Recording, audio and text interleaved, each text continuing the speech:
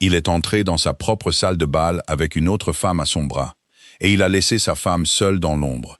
Le duc de Wellington n'a pas trébuché. Il n'a pas hésité. Il a fait un choix, à la vue de 300 personnes, et il a appelé cela les attentes de la société. Mais Isabelle Ashcombe avait passé 8 ans à maintenir cette famille unie, avec des mains discrètes et un esprit constant. Et la nuit où son mari a décidé qu'elle n'était pas assez impressionnante pour se tenir à ses côtés, fut la nuit où elle a décidé d'arrêter de le prouver. Si vous avez déjà été sous-estimé par la seule personne qui aurait dû vous connaître, restez avec moi. View far from man's to honor. Indiquez votre ville dans les commentaires, car cette histoire est pour toutes les femmes qualifiées de discrètes, juste avant de devenir inarrêtables. Les invitations avaient été envoyées 6 semaines avant la nuit où tout a changé. Isabelle les avait écrites elle-même. 240 cartons, chacun scellé avec le blason de Wellington Mere, chacun adressé à la main, dans l'écriture cursive penchée qu'elle pratiquait depuis son enfance. Elle avait organisé la liste des invités, par rang, par alliance, par la géographie sociale minutieuse qui maintenait une maison ducale en bonne position à travers 3 comtés. Elle avait négocié le menu avec le cuisinier, approuvé les sélections florales. Elle avait confirmé le quatuor à cordes de Leeds et rédigé le plan de table 3 fois, jusqu'à ce que chaque placement ait un sens politique. Elle avait fait tout cela sans qu'on le lui demande. Elle avait fait tout cela parce que c'était ce qu'elle faisait. Parce que Wellington Mere Hall dépendait de son attention, comme une horloge dépend de ses ressorts. Et au moment où cette attention fut retirée, les choses commencèrent à déraper, d'une manière qui ne pouvait être réparée rapidement. Le soir du gala d'automne, Isabelle s'est vêtue de soie ivoire. Elle portait un collier de perles qui avait appartenu à la mère de Théodore. Elle se tenait devant le miroir de sa loge. Elle a lissé le tissu à sa taille et s'est dit que c'était une belle soirée pour une fête. Elle avait 34 ans. Elle était duchesse de Wellington Mere depuis 8 ans. Elle avait appris à ne pas trop attendre de ses soirées, ni les rires, ni la danse, ni la chaleur particulière d'être regardée par un mari fier de se tenir à ses côtés. Elle avait appris à vouloir des choses plus petites. Une conversation, un regard partagé, à travers une salle bondée. Une preuve, aussi modeste soit-elle, qu'elle était vue. Sa femme de chambre a boutonné le dernier bouton de son col. « Vous êtes magnifique, votre grâce. » Isabelle a croisé le regard de la jeune fille dans le miroir et a souri. Le genre de sourire qui rassure quelqu'un sans l'accabler. Elle est descendue par le grand escalier à 7h30. Elle s'attendait à trouver Théodore attendant dans le hall d'entrée, comme il l'avait convenu. Ils devaient accueillir les invités ensemble. C'est ainsi que cela se faisait. C'est ainsi que cela s'était toujours fait. Le hall d'entrée était vide. Les premières calèches arrivaient déjà dans l'allée. Elle pouvait entendre le crissement des roues sur le gravier, le faible bourdonnement des conversations flottant depuis les portes d'entrée ouvertes. Les valets de pied se mettaient en position. Madame Marlowe, l'intendante qui gérait Wellington Mere depuis 40 ans, est apparue du couloir près de l'aile de la cuisine. Ses clés à la hanche, ses cheveux argentés, épinglés sans une seule mèche déplacée. Votre grâce. Madame Marlowe s'est arrêtée. Quelque chose a changé dans son expression. Pas tout à fait de l'alarme, mais quelque chose de proche. Sa grâce est partie il y a un quart d'heure. Il a dit que vous vous occuperiez des arrivées. Isabelle a absorbé cette information, comme elle absorbait la plupart des informations difficiles. Sans réaction visible, avec cette surface lisse que les gens prenaient parfois pour de l'indifférence. Merci, Madame Marlowe. Elle a pris sa position au pied de l'escalier. Elle a salué chaque invité. Elle s'est souvenue des noms, des visages. Elle s'est souvenue quel compte était en querelle avec quel voisin. Et elle s'est assurée qu'il soit assis aux extrémités opposées de la pièce. Elle a dirigé les valets d'un mot et d'un regard. Elle a ri au bon moment et écouté au bon moment. Elle se déplaçait dans la pièce avec la grâce particulière d'une femme qui avait appris à rendre sa compétence naturelle. Car elle avait compris très tôt dans son mariage que l'effort visible était considéré comme inconvenant pour une duchesse. C'est Lord Ashworth qui le lui a dit. C'était un vieil homme, le genre de vieil homme qui avait été important assez longtemps pour ne plus se soucier de la diplomatie. Il l'a trouvé près des fenêtres ouest, regardant les danseurs, et il l'a regardée avec quelque chose qu'elle a reconnu après un moment comme de la pitié. « Lady Ashworth, demandez de vos nouvelles, dit-il. Elle était inquiète quand elle a vu sa grâce arriver avec Lady Vane. Nous l'étions tous. Isabelle a gardé son visage exactement tel quel. C'est très aimable de la part de Lady Ashworth. Lady Vane est une jolie jeune femme. Lord Ashworth a fait une pause. J'imagine qu'elle est une compagnie très divertissante pour un homme avec les appétits de Théodore. Lord Ashworth. La voix d'Isabelle était très calme. Vous m'excuserez. Je crois que la comtesse de Hartlebury cherche un partenaire pour la prochaine danse. Elle l'a laissé planter là et a traversé la pièce, à un rythme qui communiquait un but sans urgence. Elle n'a pas cessé de bouger. Elle ne pouvait pas se permettre de s'arrêter, car s'arrêter aurait signifié rester immobile dans sa propre maison. Pendant que chaque personne dans la pièce observait son visage, cherchant la preuve de son humiliation. Et elle ne leur donnerait pas ça. Elle ne donnerait ça à personne. Théodore est arrivé avec Lady Arabella Vane à son bras à 8h20. Isabelle se tenait près de la cheminée, parlant avec la femme d'un magistrat local. C'est alors qu'elle a senti le changement dans la pièce. La qualité particulière d'attention, qui se rassemblait chaque fois qu'un homme d'importance entrait dans un espace qu'il considérait comme le sien. Elle s'est retournée et elle l'a vu. Theodore Ashcombe était un homme physiquement imposant. Il portait son autorité comme il portait son habit de soirée, sans effort visible, comme si elle avait toujours été là et le serait toujours. Il avait 40 ans et était encore beau. Dès la manière dure et anguleuse des hommes qui n'ont jamais eu besoin de chaleur pour commander une pièce, ses yeux étaient très bleus et très froids, et quand il était satisfait de lui-même, ils avaient un éclat particulier que certaines personnes prenaient pour de la gentillesse. Il était satisfait de lui-même ce soir. Lady Arabella Vane avait 29 ans et était lumineuse, d'une manière à laquelle la pièce a répondu immédiatement, comme les fleurs répondent à une fenêtre. Elle riait de quelque chose que Théodore avait dit, sa main reposant au creux de son bras, avec l'aisance d'une femme qui savait qu'elle était observée, et qui trouvait cela agréable plutôt que pesant. Elle était tout ce qu'Isabelle n'était pas, de la manière que Théodore appréciait apparemment. Isabelle a regardé son mari se déplacer dans sa propre salle de bal sans la chercher. Il a salué Lord Petan. Il a parlé avec l'amiral Kra. Il a ri de quelque chose que le comte de Dunor a dit, et son rire était le rire fort et confortable d'un homme qui se sentait parmi des gens qui le trouvaient impressionnant. Il a présenté Lady Arabella à un groupe, puis à un autre. Il était gracieux et expansif. Et complètement, entièrement inconscient que sa femme était à quelques mètres de là, en train de regarder. Puis il l'a vue. Pendant un instant, quelque chose a traversé son visage. Pas de la culpabilité. Pas exactement. Plutôt le léger inconfort d'un homme qui a mal calculé la conséquence pratique d'un choix. Il a traversé la pièce vers elle. Il n'a pas amené Lady Arabella avec lui. Théodore. Elle a gardé sa voix très égale. Isabelle, tu as bien géré les arrivées. Il a jeté un coup d'œil à la pièce, avec l'air approbateur d'un homme qui est revenu trouver sa propriété en ordre. La musique était un bon choix. Entraînante. Elle l'a regardée pendant un long moment. Je l'ai arrangée il y a 3 semaines, quand nous avons discuté du programme ensemble. Oui, il a ajusté son bouton de manchette. Eh bien, c'est efficace. Autour d'eux, la pièce ne regardait pas. Pas de manière évidente. Pas de manière impolie. Mais Isabelle avait passé 8 ans dans des pièces pleines de gens qui savaient comment faire semblant de ne pas regarder. Et elle comprenait que chaque paire d'yeux, dans sa vision périphérique, était fixé sur cet échange. Elle a baissé la voix. « Pourquoi es-tu arrivé avec Lady Vane ?» Elle avait besoin d'une escorte. Sa calèche a eu un problème sur la route. Il l'a dit facilement, de la manière dont un homme dit quelque chose qu'il a déjà décidé être raisonnable. Il aurait été discourtois de la laisser. Tu aurais pu envoyer un valet de pied. Isabelle. Un léger durcissement dans son ton, le ton qu'elle avait appris à reconnaître, celui qui signifiait qu'il considérait que la conversation s'engageait sur un terrain indigne d'eux.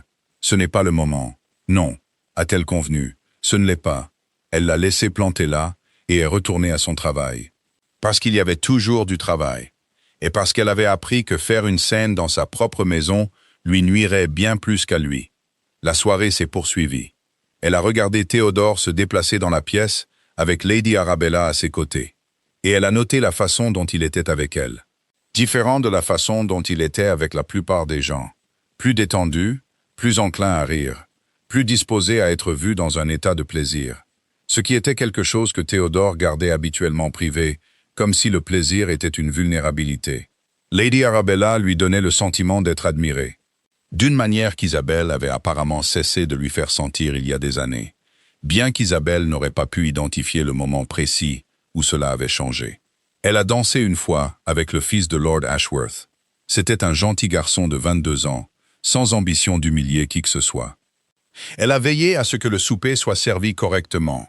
Elle a dit bonsoir à chaque invité qui partait avec la chaleur d'une femme qui avait sincèrement apprécié leur compagnie, parce qu'elle l'avait fait, de la manière limitée qui lui était offerte, dans les conversations sur la politique du comté, les nouvelles de la famille, et les petits détails ordinaires de la vie des autres qu'elle trouvait sincèrement intéressants, même quand tout le reste autour d'elle s'effondrait silencieusement.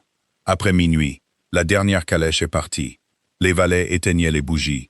Madame Marlowe supervisait la collecte des verres. Isabelle se tenait dans le hall d'entrée dans sa soie ivoire. Elle était très fatiguée.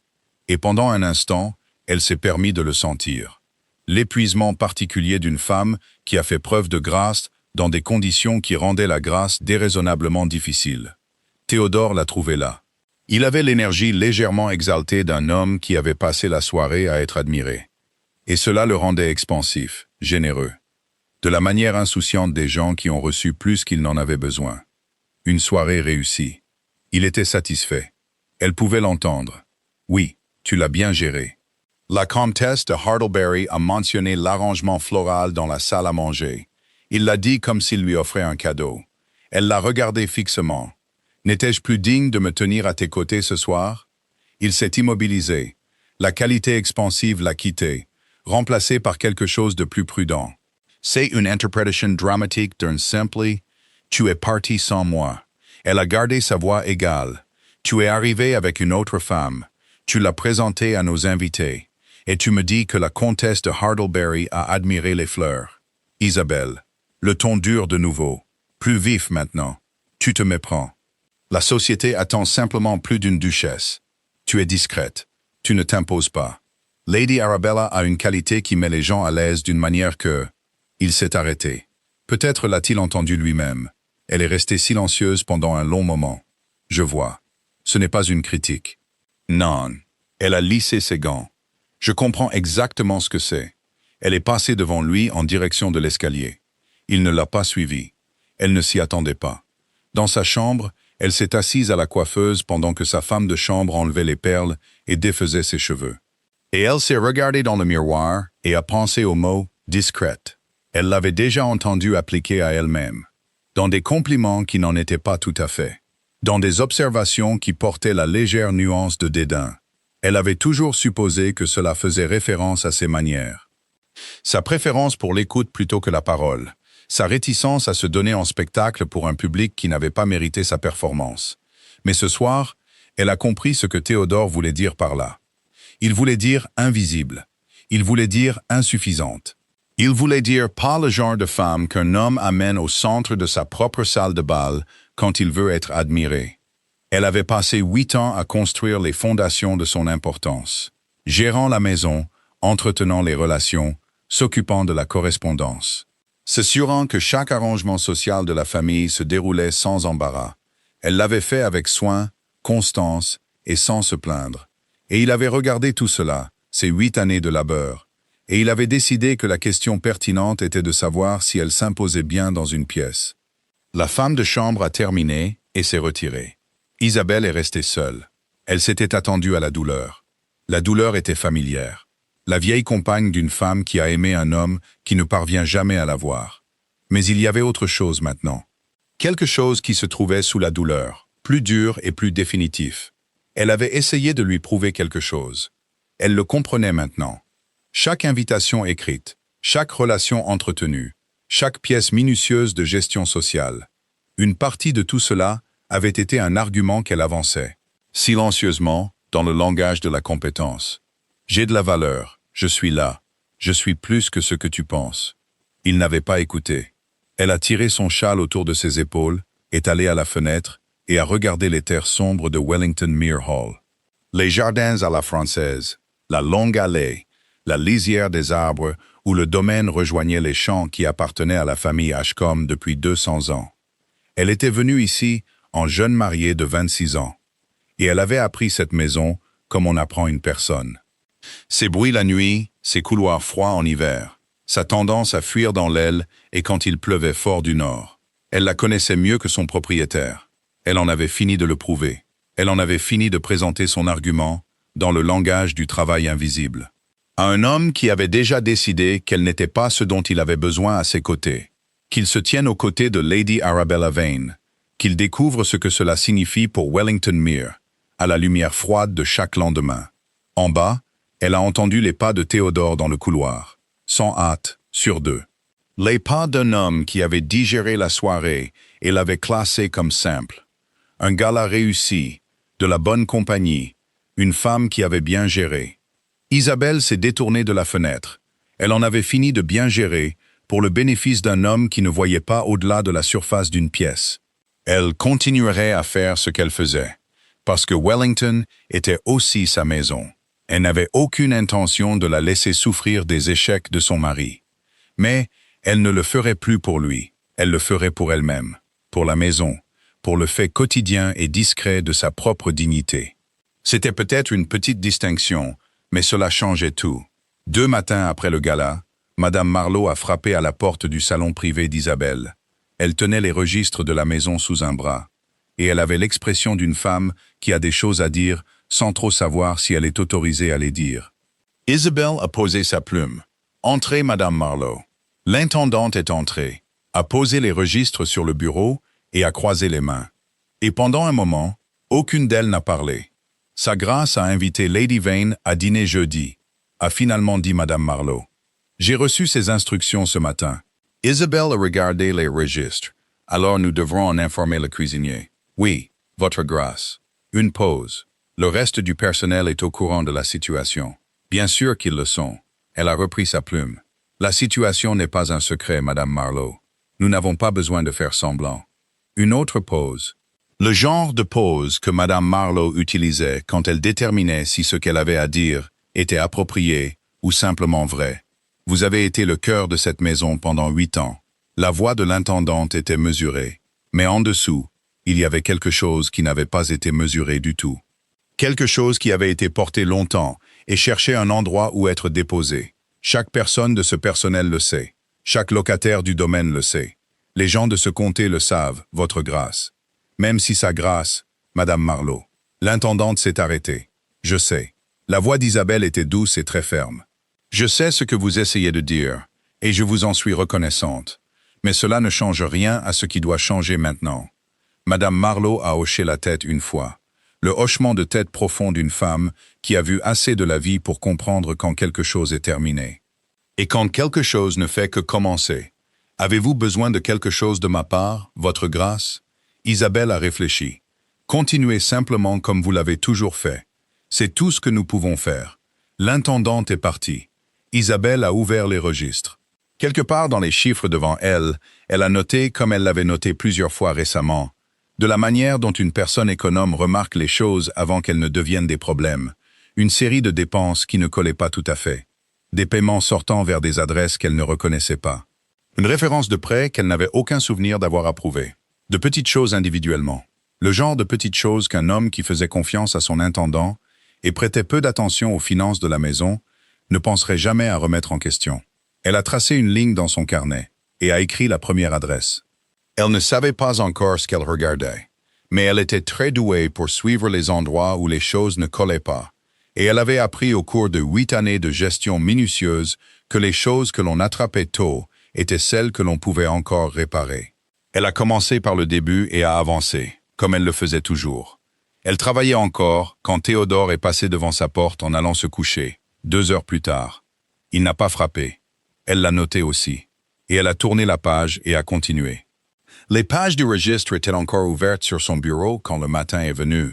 Isabelle n'avait pas bien dormi, mais elle avait bien travaillé. Et il y avait une distinction entre les deux qu'elle avait appris à apprécier. Le sommeil était quelque chose qui vous arrivait. Le travail était quelque chose que vous choisissiez. Elle avait choisi le travail. Et au moment où la lumière grise a commencé à filtrer à travers les rideaux, elle avait 6 pages de notes. Et une image très claire de l'endroit où se trouvaient les anomalies et depuis combien de temps elles étaient là. Elle a fermé le registre et est allée s'habiller.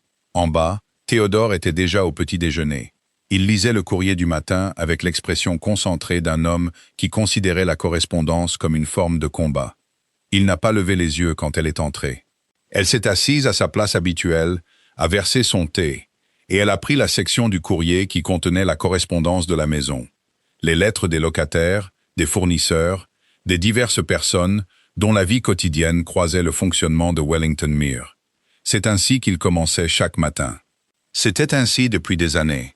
Elle avait cessé de remarquer à quel point cela ressemblait peu au matin qu'elle avait autrefois imaginé pour son mariage. Lady Vane a confirmé pour jeudi. Théodore a tourné une page. J'attends que la salle à manger soit arrangée en conséquence. Je parlerai à Madame Marlowe. Il a hoché la tête, absorbé par sa lettre.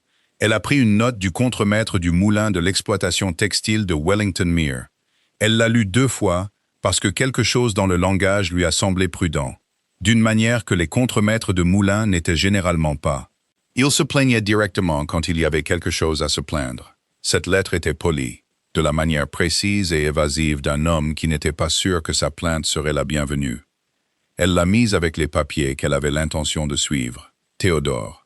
Elle a gardé sa voix conversationnelle. Quand avons-nous revu les comptes avec M. Fenwick pour la dernière fois? M. Fenwick était l'intendant du domaine. Il occupait ce poste depuis 3 ans.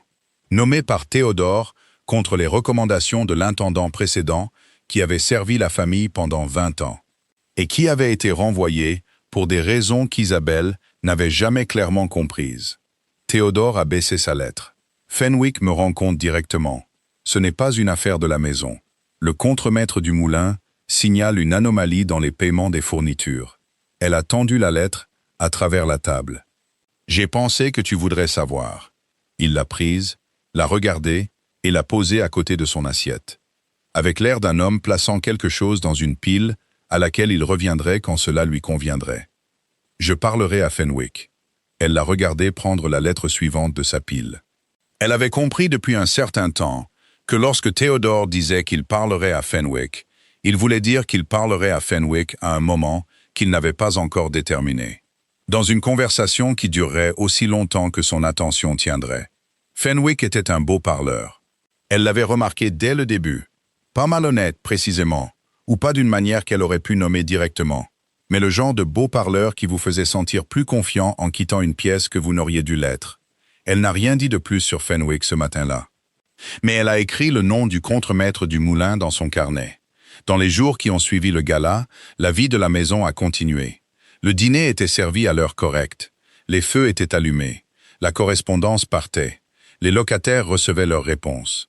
Tout ce qu'Isabelle avait toujours géré continuait d'être géré, parce qu'elle avait construit des systèmes assez minutieux pour se maintenir d'eux-mêmes, même lorsque la personne qui les dirigeait avait déplacé son attention émotionnelle ailleurs.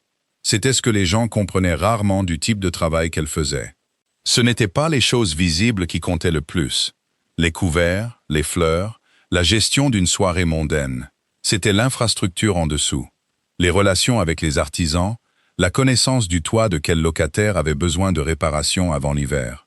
La conscience de quel compte de la maison était à découvert et lequel avait un surplus. Cette connaissance vivait dans ses carnets et dans sa mémoire.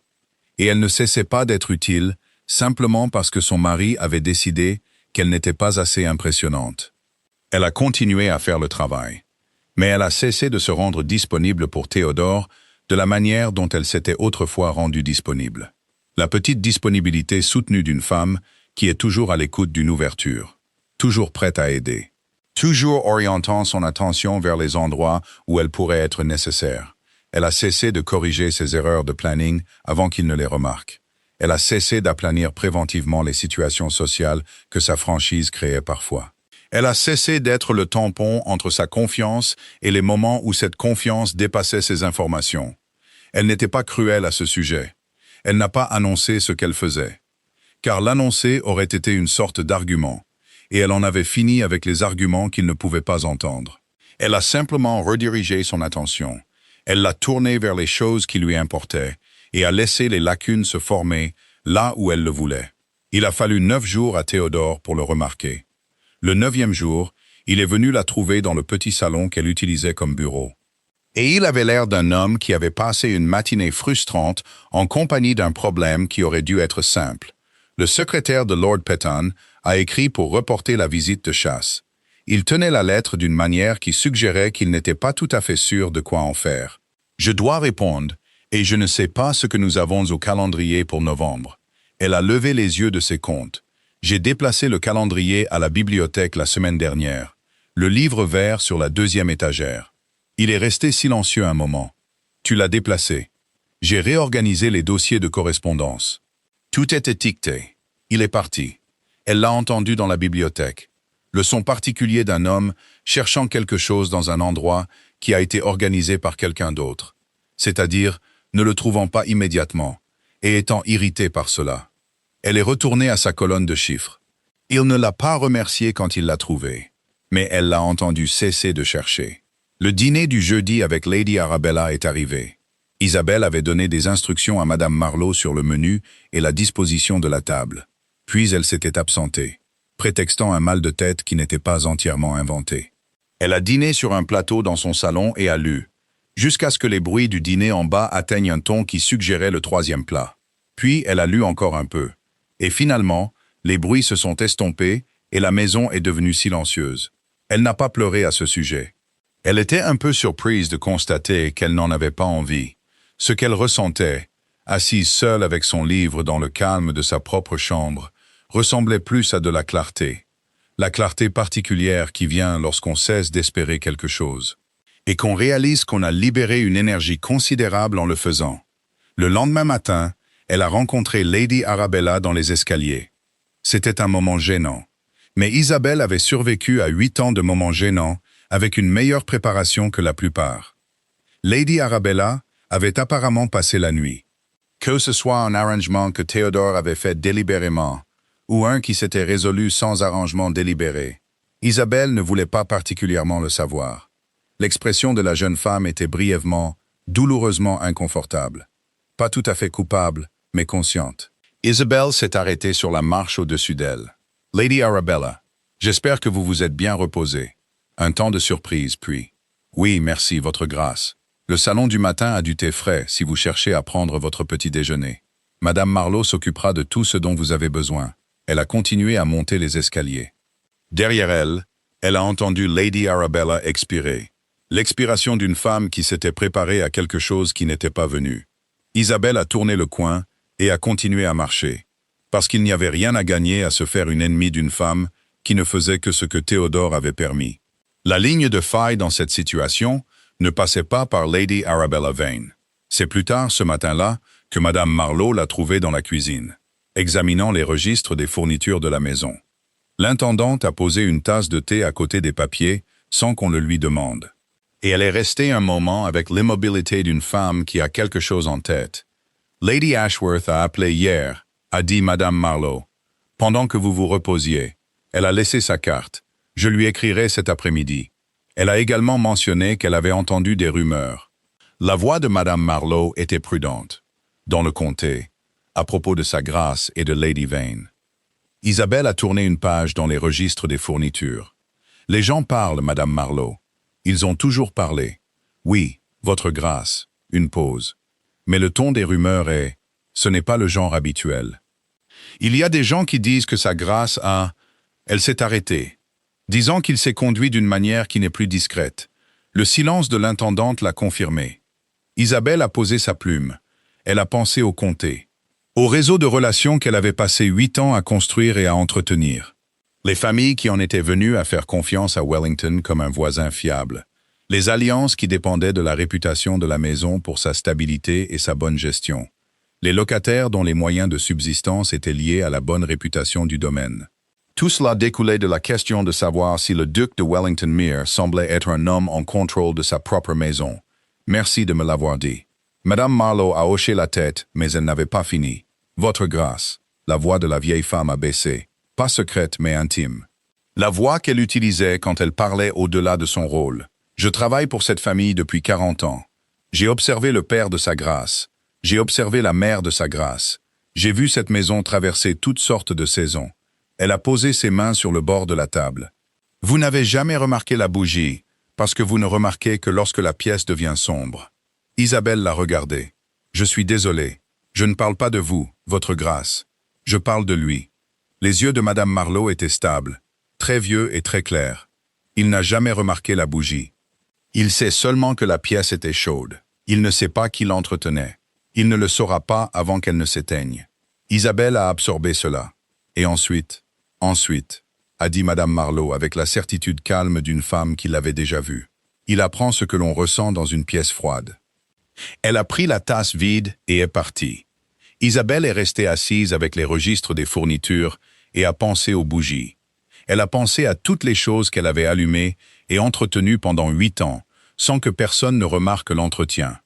Seulement la chaleur, seulement la lumière. Elle a pensé à ce que cela signifiait que Théodore soit entré dans sa propre salle de bal, qu'il ait regardé les résultats de son travail et vu une fête qu'il n'avait pas contribué à construire, et qu'il s'en soit senti satisfait, comme si l'excellence de la soirée était simplement une propriété de l'air.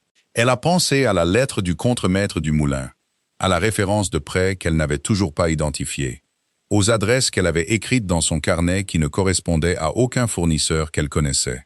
Elle a tiré le carnet vers elle et l'a ouvert. La finance du domaine était le domaine de Théodore. Il avait été clair à ce sujet. De la manière dont il était clair sur les frontières entre sa sphère et la sienne. Elle gérait la maison. Il gérait le domaine. C'était l'arrangement, et elle l'avait largement respecté, classant les choses qu'elle remarquait sans agir dessus, se disant que ce n'était pas sa place. Mais si Théodore ne gérait pas le domaine aussi soigneusement qu'il le croyait, et si les fissures qu'elle voyait dans les registres des fournitures et les comptes de la maison étaient en fait des fissures dans quelque chose de plus grand, alors ne pas agir était aussi un choix avec des conséquences qu'elle vivrait à ses côtés. Elle a commencé très discrètement à creuser. Elle ne l'a pas fait de manière dramatique. Elle n'a pas annoncé ce qu'elle faisait, ni demandé un accès auquel elle n'avait pas déjà droit. Elle a travaillé sur les comptes de la maison, qui étaient légitimement les siens. Et elle a suivi les fils là où ils menaient. Les registres de paiement, les dossiers de contrat. La correspondance avec les avocats du domaine, qui passaient parfois sur son bureau quand Théodore voyageait et n'avait jamais été redirigée. En 3 semaines, une image a commencé à se dessiner. Ce n'était pas une image complète. Il y avait des lacunes qu'elle ne pouvait pas combler sans un accès qu'elle n'avait pas. Mais ce qu'elle pouvait voir était assez troublant. Il y avait des paiements allant à une entreprise qu'elle ne pouvait pas identifier. Passe inhabituel en soi. Les domaines avaient des dizaines de fournisseurs et d'entrepreneurs. Mais cette entreprise apparaissait dans les registres à des intervalles irréguliers, avec de gros chiffres ronds qui ne correspondaient à aucun service qu'elle pouvait nommer. Il y avait une référence à un prêt contracté sur les parcelles agricoles de l'Est dont elle n'avait jamais été informée, et il y avait une série de lettres dans le dossier de l'avocat d'un homme nommé Doyle, un nom qu'elle ne connaissait pas des arrangements juridiques habituels de la famille, qui était écrite dans le langage sec et prudent de quelqu'un qui gérait une situation plutôt que de simplement faire des affaires. Elle a copié ce qu'elle pouvait et a gardé les notes dans sa boîte de correspondance privée. Elle n'a rien dit à Théodore. Elle n'était pas prête à dire quoi que ce soit à Théodore. Elle n'en avait pas assez. Et plus que ça, elle n'était pas encore certaine de ce que dire quelque chose accomplirait, étant donné l'état actuel de leur communication. Pendant ce temps, la vie de la maison continuait. Elle a assisté à une réunion caritative locale et a remarqué que 3 des femmes qui étaient habituellement chaleureuses avec elle étaient légèrement plus prudentes dans leur chaleur. Les rumeurs du comté avaient leur effet, et elle l'a enregistré avec la même attention constante qu'elle apportait à tout. Elle a écrit à Lady Ashworth. Elle a géré les comptes de la maison. Elle a examiné le calendrier des visites aux locataires et a assisté à 2 d'entre elles elle-même, ce qu'elle n'avait pas fait auparavant. Les locataires étaient, a-t-elle trouvé, remarquablement francs avec une femme qui posait des questions directes et ne semblait pas vouloir être impressionnée. Une de ces conversations, avec un fermier âgé nommé Bigham, qui cultivait les parcelles de l'Ouest depuis 30 ans, a produit quelque chose qu'elle n'attendait pas.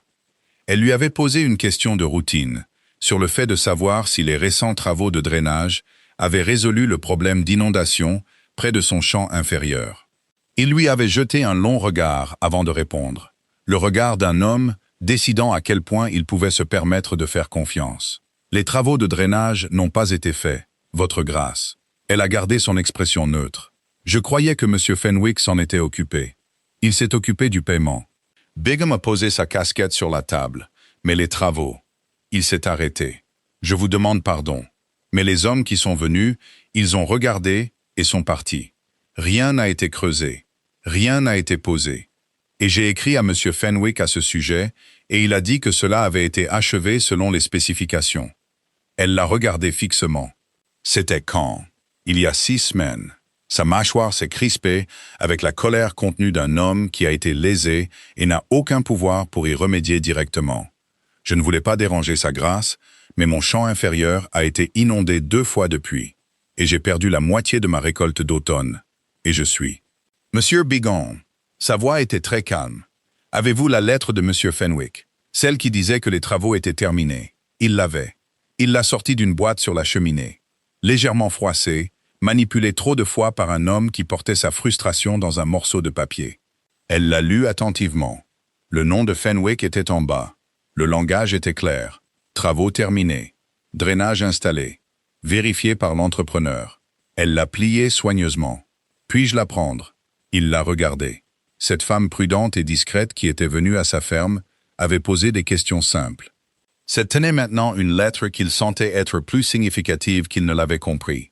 Oui, votre grâce. Oui, prenez-la. Elle est rentrée à cheval avec la lettre dans la poche de son manteau. Et ce qui l'a traversé pendant ce trajet n'était pas de la colère, précisément. C'était quelque chose qui s'aiguisait en s'installant. Le sentiment de pièce s'assemblant en une forme qu'elle reconnaissait. Quelqu'un volait Wellington. Elle ne savait pas encore combien. Elle ne savait pas encore qui d'autre était impliqué, ou si Fenwick agissait seul, ou avec la connaissance de quelqu'un dont l'accès allait plus loin. Elle ne savait pas si Théodore avait remarqué quelque chose, ou s'il était complètement inconscient. Faisant confiance à son intendant, comme les hommes confiants font confiance aux gens qu'ils ont choisis. Parce que douter de leur nomination était une forme de doute sur leur propre jugement. Mais elle en savait assez pour savoir que le problème était réel. Et elle savait, avec la clarté froide et précise d'une femme qui gérait des situations complexes sans reconnaissance depuis 8 ans, que si elle n'agissait pas, personne ne le ferait. Elle est allée directement à son salon et a tout étalé sur le bureau. La lettre de Bigham, son carnet, les registres de paiement qu'elle avait copiés, les entrées des comptes de fourniture qui ne concordaient pas. Elle avait maintenant 6 anomalies distinctes, chacune individuellement explicable, collectivement accablante. Elle était encore en train de l'organiser quand Henry est apparu à la porte. Son fils avait 6 ans. Il avait la carrure de son père et ses yeux. Et il regardait le monde avec un sérieux que les gens trouvaient parfois déconcertant chez un enfant de son âge. Il se tenait à la porte, les mains dans les poches, et regardait les papiers étalés sur son bureau. « Tu travailles ?»« Oui. » Elle a posé sa plume. « Entre. » Il est entré, s'est tenu à côté de son bureau et a regardé les papiers avec une expression de curiosité sincère qu'elle aimait chez lui. La qualité de vouloir comprendre les choses plutôt que de simplement les accepter. « Qu'est-ce que tu cherches ?» Elle a considéré la question sérieusement, de la manière dont elle essayait toujours de considérer ces questions. « Je cherche la chose qui ne colle pas. Quand quelque chose ne va pas, il y a généralement un endroit où les chiffres cessent d'avoir un sens. Si tu suis les chiffres assez attentivement, ils te disent où se trouve le problème. » Henry a regardé les papiers. Comme un puzzle, exactement comme un puzzle. Il a réfléchi à cela. Père dit que les chiffres sont pour les comptables. Elle a ressenti la douleur particulière de cela. Bas de la peine, exactement.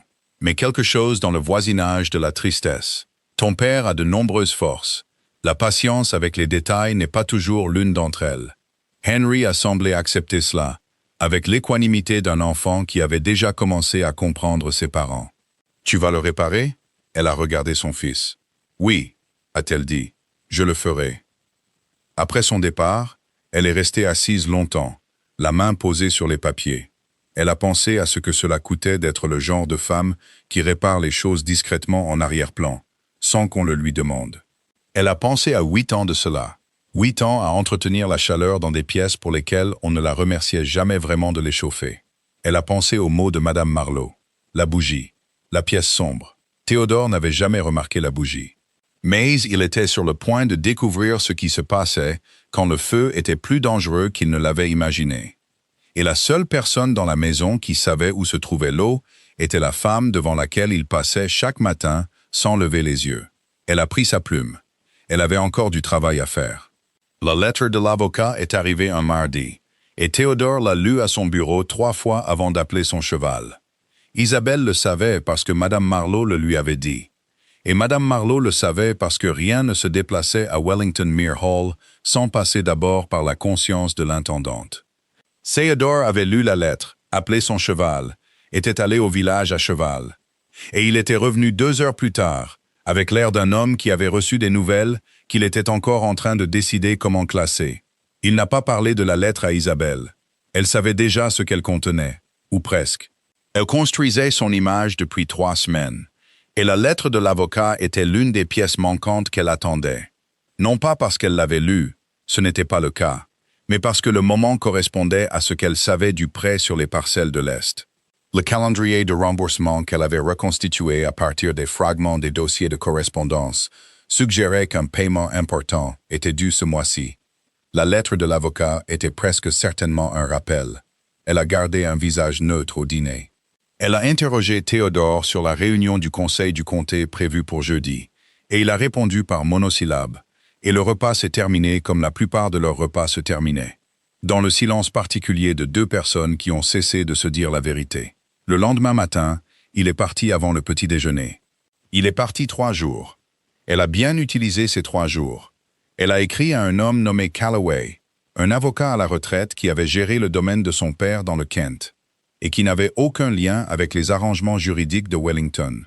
Elle a formulé la lettre comme une demande générale, citant une situation de domaine hypothétique avec suffisamment de détails spécifiques pour qu'un lecteur attentif comprenne qu'elle n'était pas hypothétique.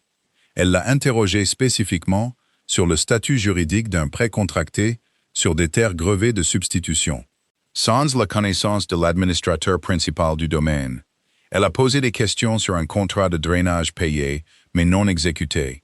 Elle a posé des questions sur une entreprise recevant des paiements réguliers d'un compte du domaine dont l'adresse enregistrée ne pouvait être vérifiée. Elle a scellé la lettre elle-même et l'a donnée directement à un valet de pied de confiance, avec des instructions pour la poster depuis le village plutôt que de la maison. Puis elle est allée trouver Fenwick. L'intendant du domaine avait son bureau dans l'aile et de la maison principale. Une pièce qu'Isabelle avait visitée peut-être 4 fois en 8 ans, parce qu'elle tombait dans la sphère de Théodore, et elle avait toujours respecté cette ligne.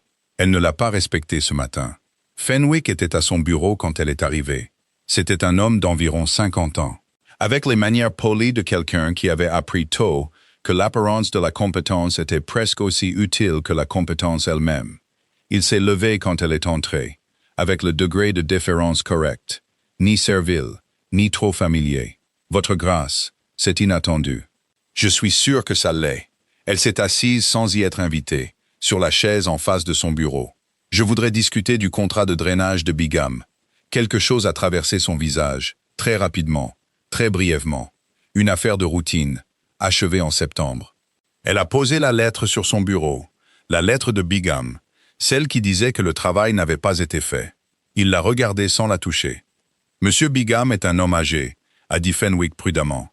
Parfois, ces situations impliquent un malentendu sur ce qui était. L'entrepreneur a déposé un rapport d'achèvement. Elle a gardé sa voix agréable. Mais aucun matériau n'a été livré sur le site. Aucun travail n'a été enregistré dans le registre des travaux du comté. Le champ a été inondé 2 fois après la date d'achèvement supposée. Elle a fait une pause. « Ce ne sont pas des malentendus, monsieur Fenwick. Ce sont des contradictions. » Il est resté silencieux. Il y a aussi l'affaire de Claremont Holdings. Elle a dit le nom de l'entreprise comme on dit quelque chose que l'on retient depuis un moment. Prudemment, sans emphase. Ils ont reçu 14 paiements des comptes du domaine au cours des 18 derniers mois. Je ne trouve aucun contrat de service ou de fourniture correspondant. Les mains de Fenwick, posées sur son bureau, étaient très immobiles. Les arrangements financiers du domaine sont gérés par Sa Grâce. Sa Grâce est à Londres.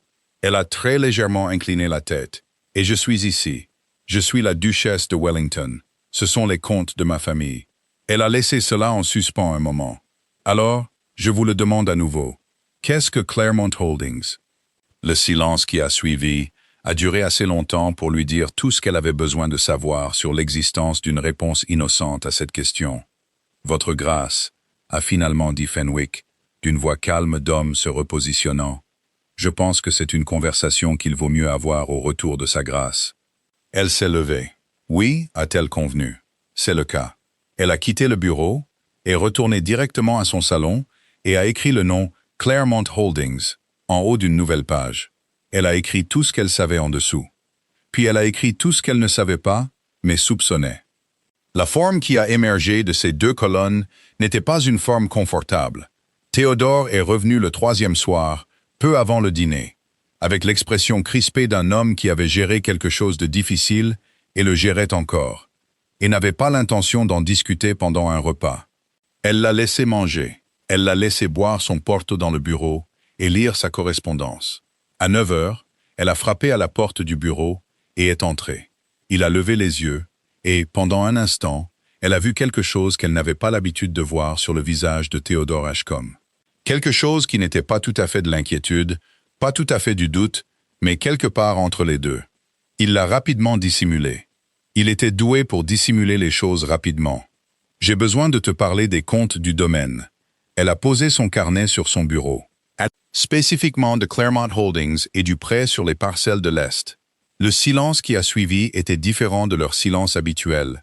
Celui-ci avait du poids. « Où as-tu eu ce nom ?»« Je l'ai trouvé dans les registres de paiement. J'ai examiné les comptes. » Il était très immobile. « Ces comptes ne sont pas de ta responsabilité. » Théodore. Sa voix était stable et complètement sérieuse. « Quelqu'un prend de l'argent de ce domaine depuis au moins 18 mois. Le contrat de drainage pour la ferme de Bigham a été payé et non exécuté. Le paiement est allé quelque part, et ce n'était pas à un entrepreneur. Il y a 14 paiements à une entreprise dont je ne trouve aucune trace. Totalisant, elle a ouvert le carnet, près de 4000 livres. Il l'a fixé. Il y a aussi un prêt sur les parcelles de l'Est qui n'a pas été divulgué à l'avocat de la famille, et qui a une clause de remboursement qui, si elle était déclenchée, exigerait la liquidation de la parcelle dans les 60 jours. Elle a posé la page devant lui. « Je crois que tu as reçu un avis de ce déclenchement la semaine dernière. » Théodore n'a pas bougé pendant un long moment. Puis, « Depuis combien de temps sais-tu cela ?»« Je soupçonne quelque chose depuis 6 semaines. J'en ai assez pour être certaine depuis 10 jours. Et tu n'as rien dit. »« Je n'ai rien dit, a-t-elle convenu. Parce que j'attendais d'en avoir assez pour être utile. Et parce que, elle s'est arrêtée, puis a choisi l'honnêteté, parce que je n'étais pas sûr que tu écouterais. » Quelque chose a changé sur son visage à ce moment-là. Une fissure dans son sang-froid, rapidement scellée. Il a baissé les yeux sur son carnet. Il a tourné les pages lentement, lisant les chiffres qu'elle avait copiés, les dates, les noms. Elle l'a regardé l'absorber. De la manière dont un homme absorbe quelque chose qui contredit une histoire qu'il a déjà acceptée comme réglée. « Fenwick », a-t-il dit doucement. « Je le crois, bien que peut-être pas seul. Je l'ai nommé. Il s'est arrêté. Elle pouvait le voir recalculer. J'ai fait confiance à ses références. Les références étaient peut-être légitimes. Elle a gardé sa voix égale. Les hommes qui ont l'intention de voler un employeur ne l'annoncent généralement pas à l'avance. La question n'est pas de savoir si tu as fait une erreur en le nommant. La question est de savoir ce que nous faisons maintenant. » Théodore s'est levé. Il s'est dirigé vers la cheminée et s'est tenu dos à elle. Et elle pouvait voir dans la posture de ses épaules la tension particulière d'un homme qui a toujours cru être celui qui gérait les choses. Celui qui gérait, décidait, agissait, confronté à la preuve qu'il avait manqué quelque chose de grand et d'important. « Je peux gérer ça », a-t-il dit à la cheminée. Elle a attendu. Il s'est retourné.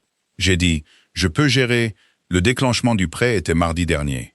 Elle a croisé son regard. « Tu as 53 jours avant que les parcelles de l'Est ne doivent être liquidées ou que la clause de pénalité ne s'exécute.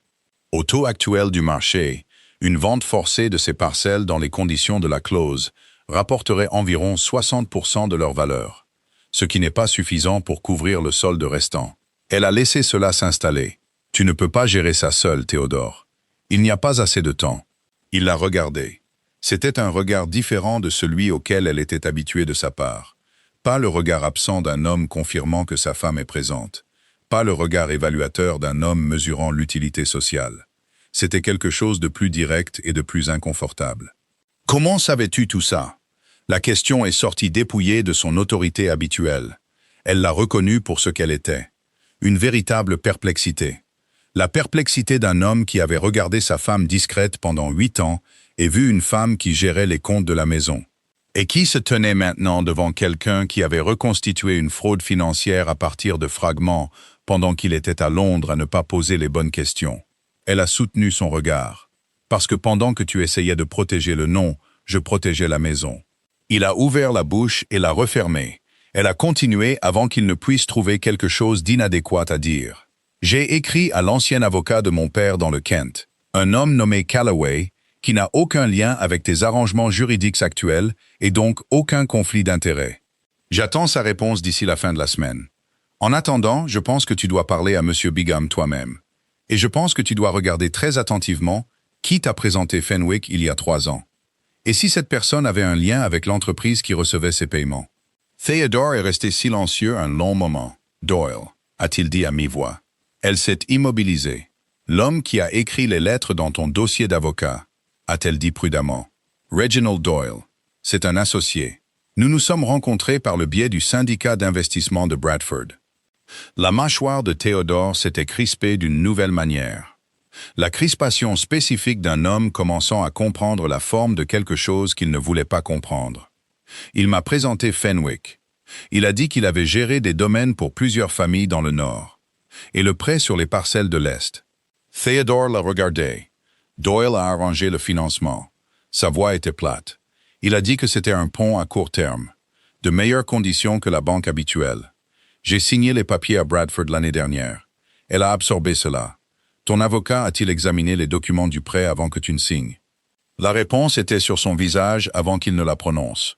Doyle a dit qu'il n'y avait pas le temps. Un autre acheteur se manifestait. Elle a fermé son carnet. Theodore. Elle a prononcé son nom avec une franchise qu'elle utilisait rarement. Je pense que Doyle a placé Fenwick ici délibérément. Je pense que le prêt et les paiements détournés sont liés.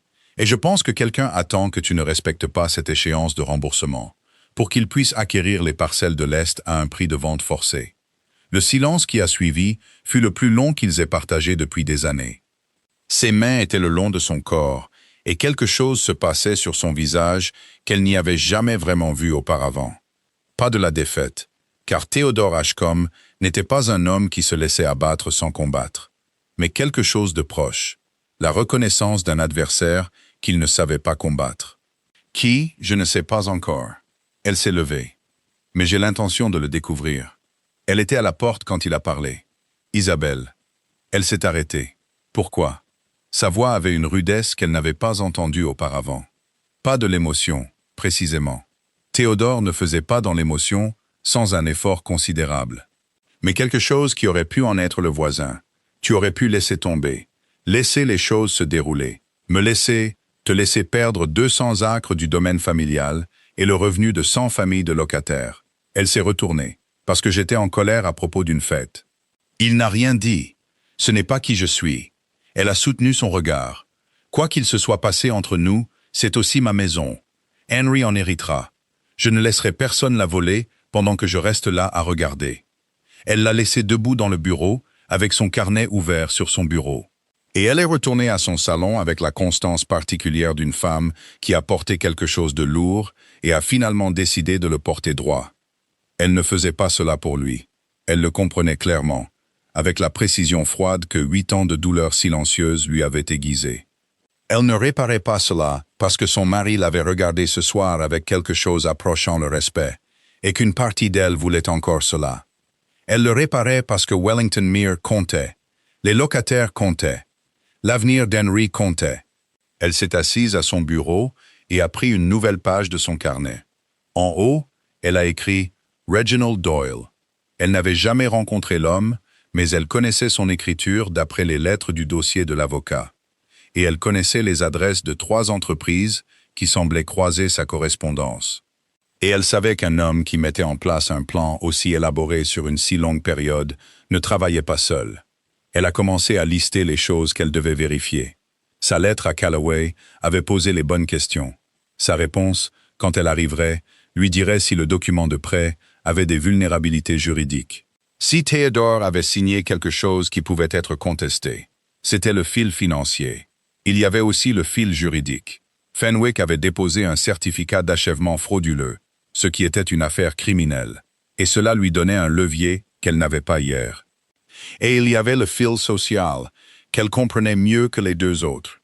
Doyle avait présenté Fenwick par le biais du syndicat de Bradford. Le syndicat de Bradford avait des membres qu'elle connaissait, des hommes dont les femmes s'étaient assises à côté d'elle lors de dîners, dont les familles avaient croisé la sienne lors d'événements du comté.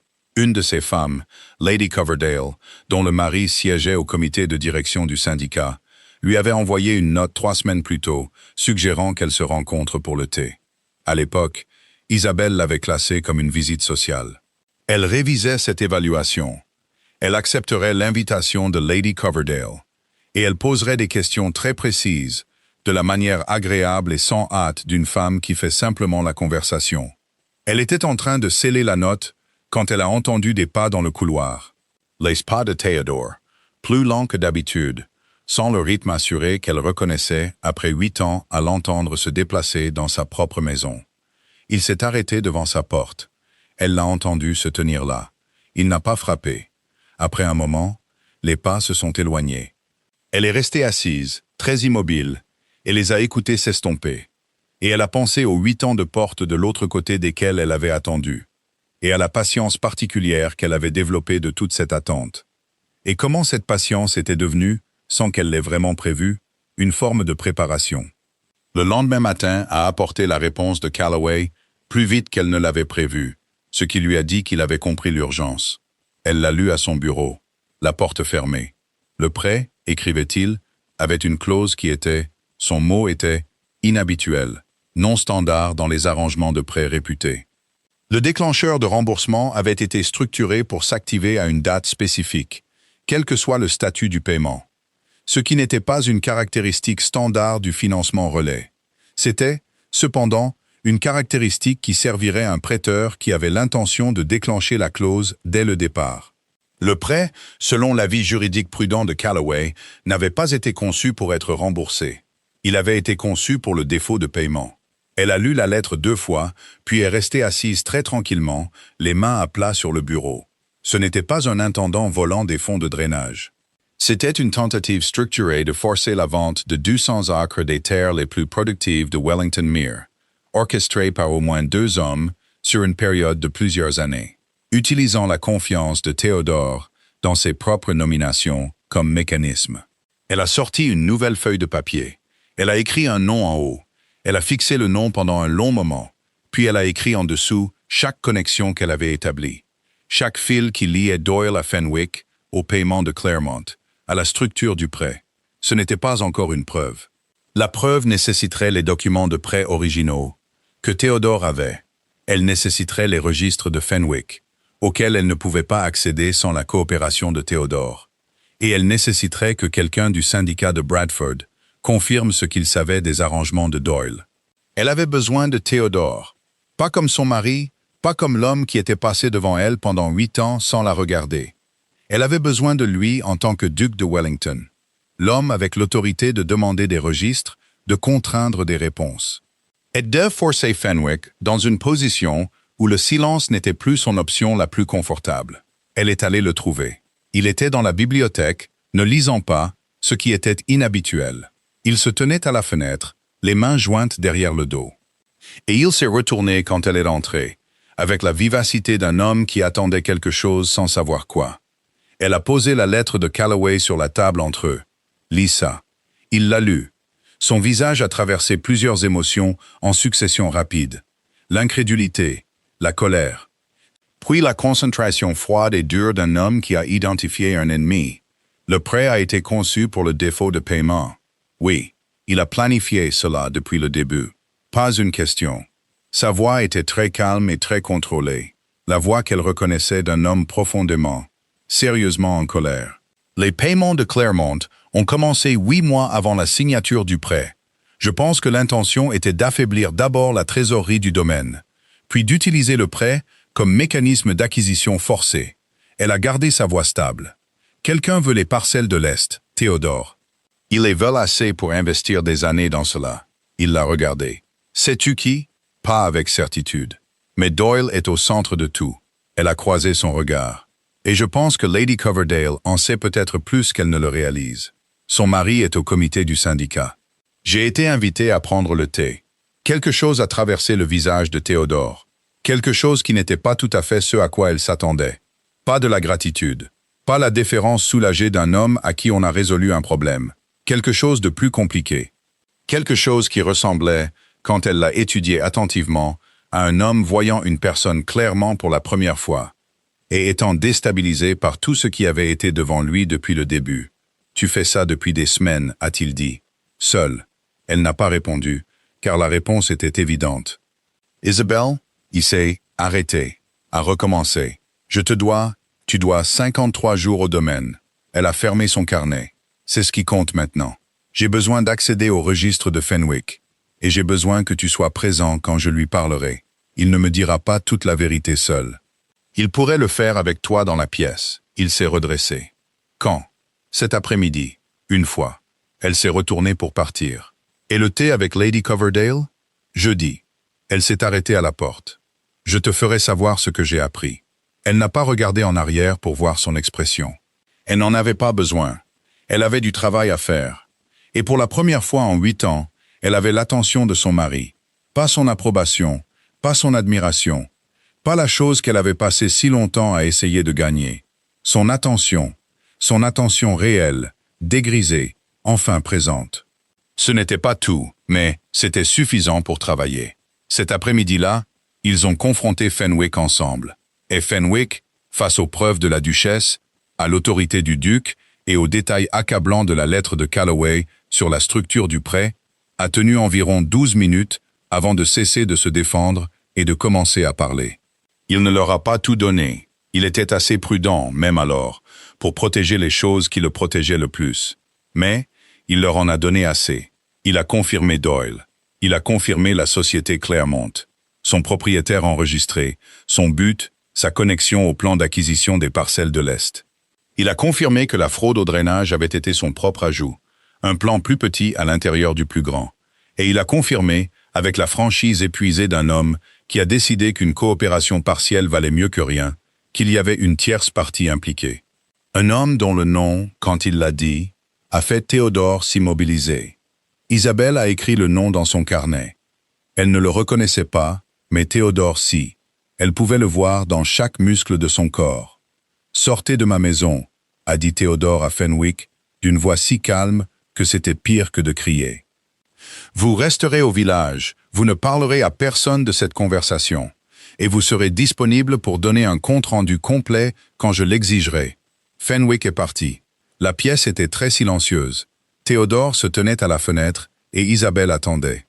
Et quand il s'est finalement retourné, son visage avait l'expression d'un homme qui vient d'apprendre que quelqu'un en qui il avait confiance n'était jamais ce qu'il semblait être. « Le troisième nom », a-t-elle dit prudemment. « Tu le connais. Il était au gala. La voix de Théodore était plate. Il y a 6 semaines, je te l'ai présenté. » Elle a repensé au visage de cette soirée. La soirée qu'elle avait passée à gérer seule, pendant que son mari arrivait avec une autre femme. Elle s'est souvenue d'un homme d'environ 55 ans, aux cheveux argentés, avec les manières aisées de la vieille fortune. Il avait complimenté l'arrangement floral. Elle a gardé le nom dans son esprit, et a soudain compris que la soirée qui avait brisé quelque chose entre elle et Théodore les avait aussi, sans que personne ne l'ait voulu, placés tous les deux dans la même pièce que l'homme qui avait l'intention de détruire leur famille.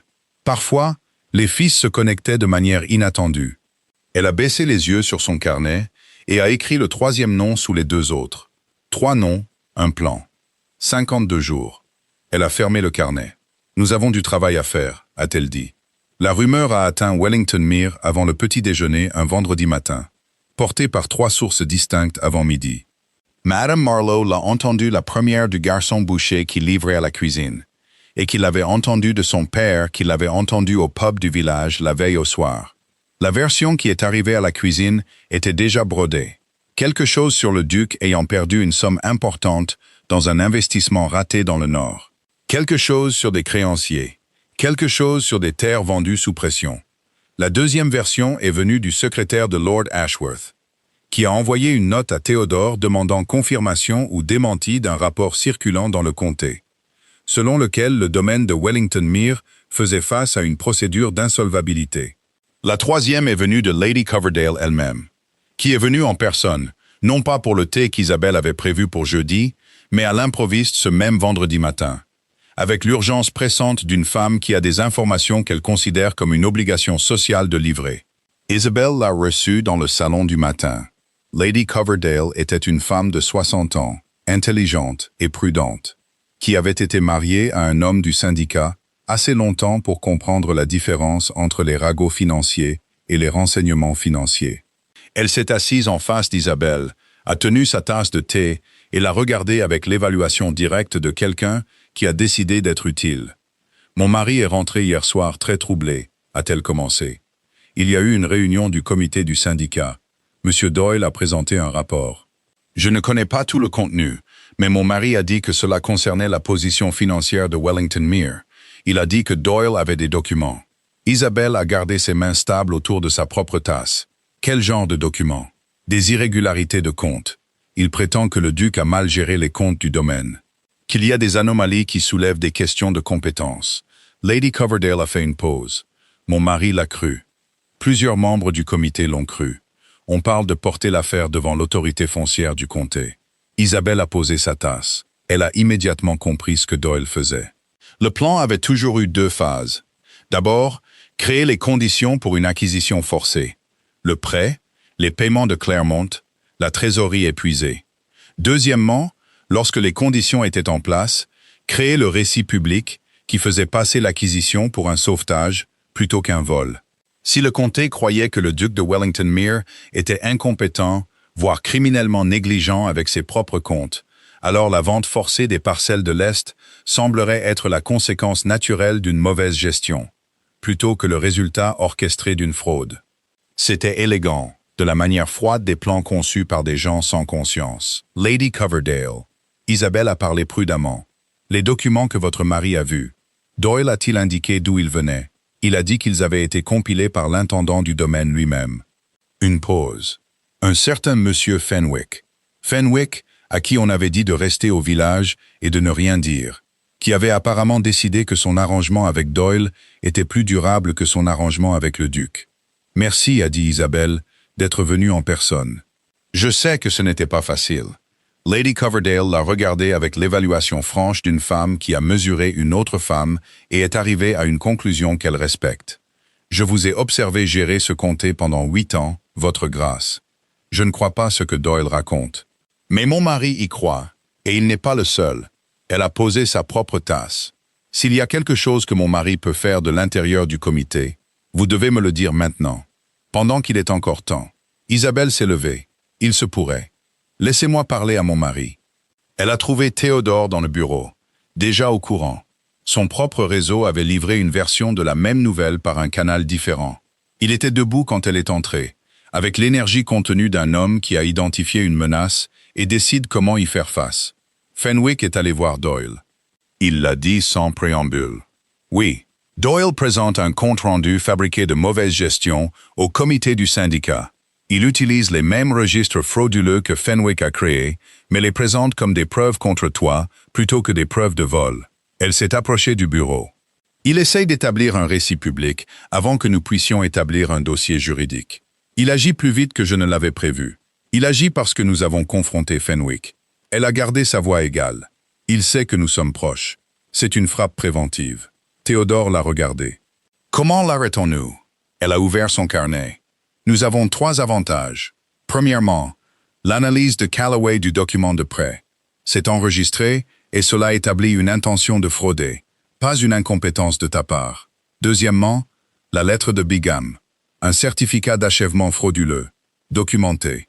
Troisièmement, le mari de Lady Coverdale est au comité du syndicat et sa femme est prête à s'assurer qu'il a les bonnes informations avant la prochaine réunion. Elle a levé les yeux. Mais nous avons besoin d'une chose de plus. Nous avons besoin des registres de paiement originaux de Claremont. Les relevés bancaires réels, pas la version de Fenwick.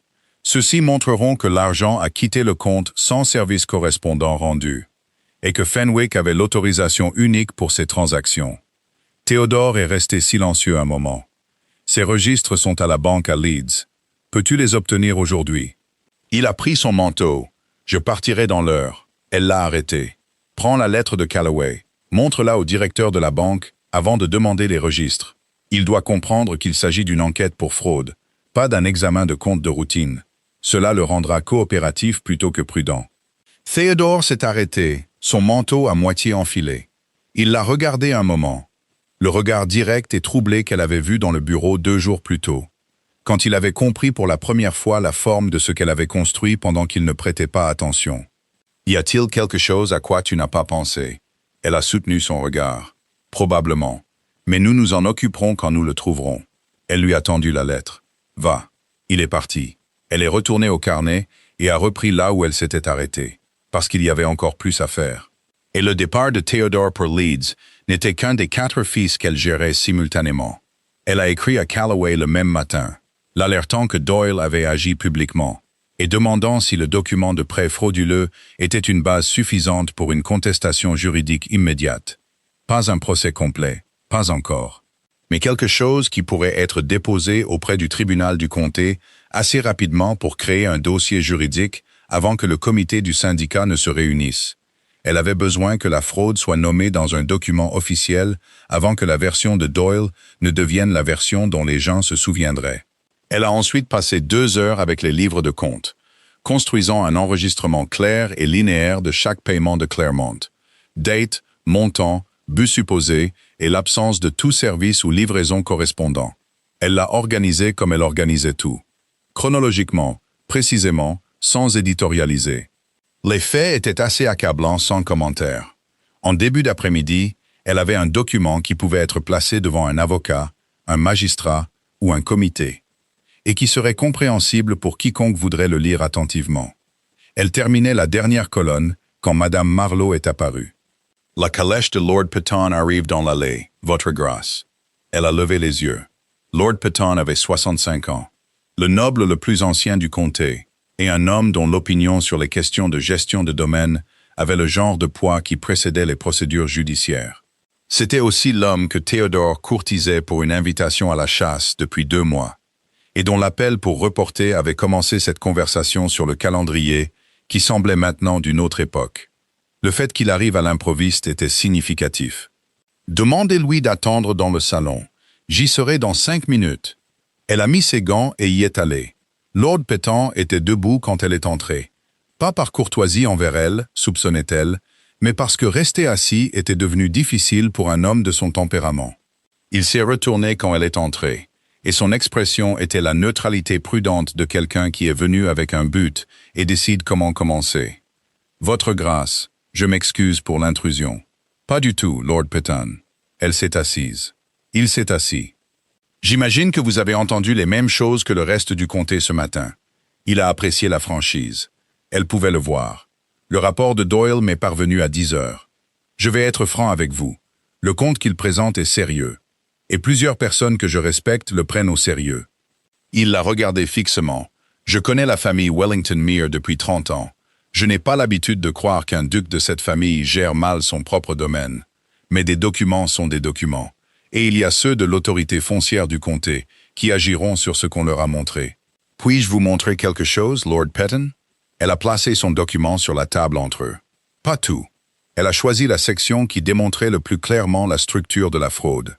Les paiements de Claremont, le certificat de Bigham et l'analyse de Calloway du prêt. Clair, daté, sourcé. Il a lu pendant plusieurs minutes sans parler. Quand il a levé les yeux, quelque chose avait changé sur son visage. Ce Calloway, c'est un avocat de renom?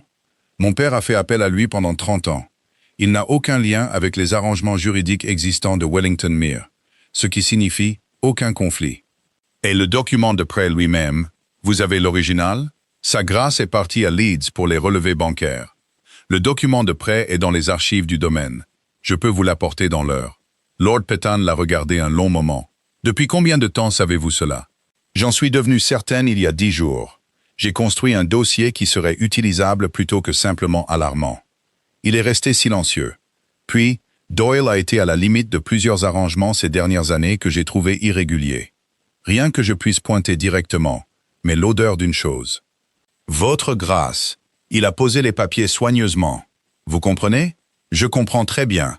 Si ce document est exact, et ma lecture suggère qu'il l'est, alors ce que Doyle a présenté au comité est une fabrication, construite sur des registres que Fenwick a créés délibérément pour soutenir un faux récit.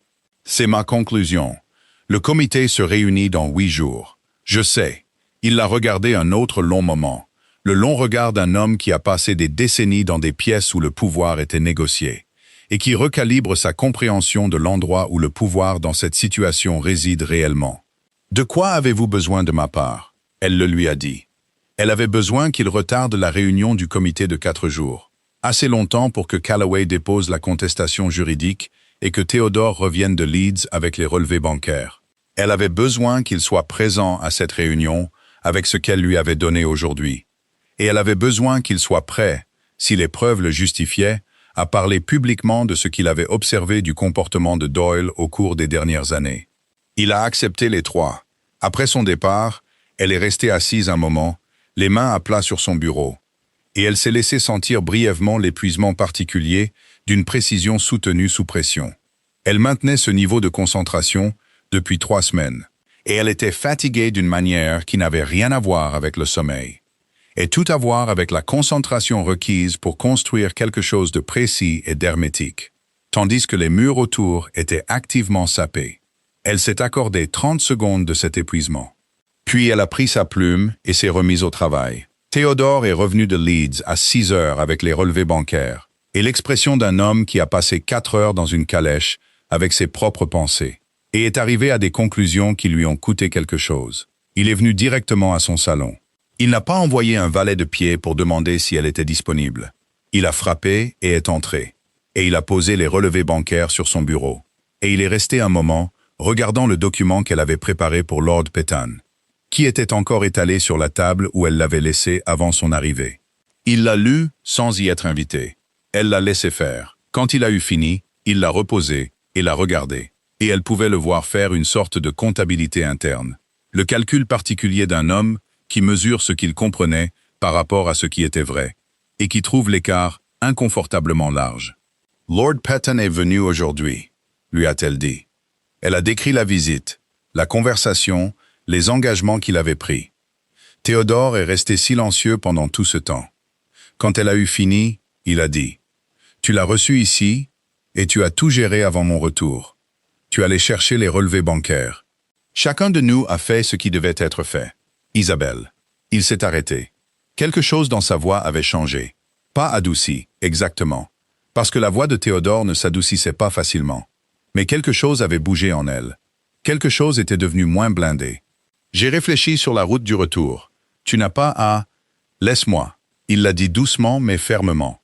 Il s'est dirigé vers la fenêtre et s'est tenu le dos partiellement tourné vers elle. La façon dont il se tenait quand il disait quelque chose qu'il n'était pas certain de savoir comment dire. « J'ai pensé à ces 3 dernières semaines, à tout ce que tu savais que je ne savais pas, à depuis combien de temps tu le savais. » Il a fait une pause, et j'ai pensé au gala.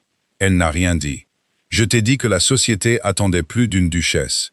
Sa voix était plate d'auto-évaluation. Que tout était discrète, que Lady Arabella avait une qualité que tu ne projetais pas. Il s'est arrêté de nouveau. J'ai réfléchi sur cette route à ce que je disais réellement. Elle a attendu. Je disais que tu ne te produisais pas assez bien pour les gens que je voulais impressionner. Il s'est retourné. Je te mesurais à une norme qui n'avait rien à voir avec ce qu'une famille exige.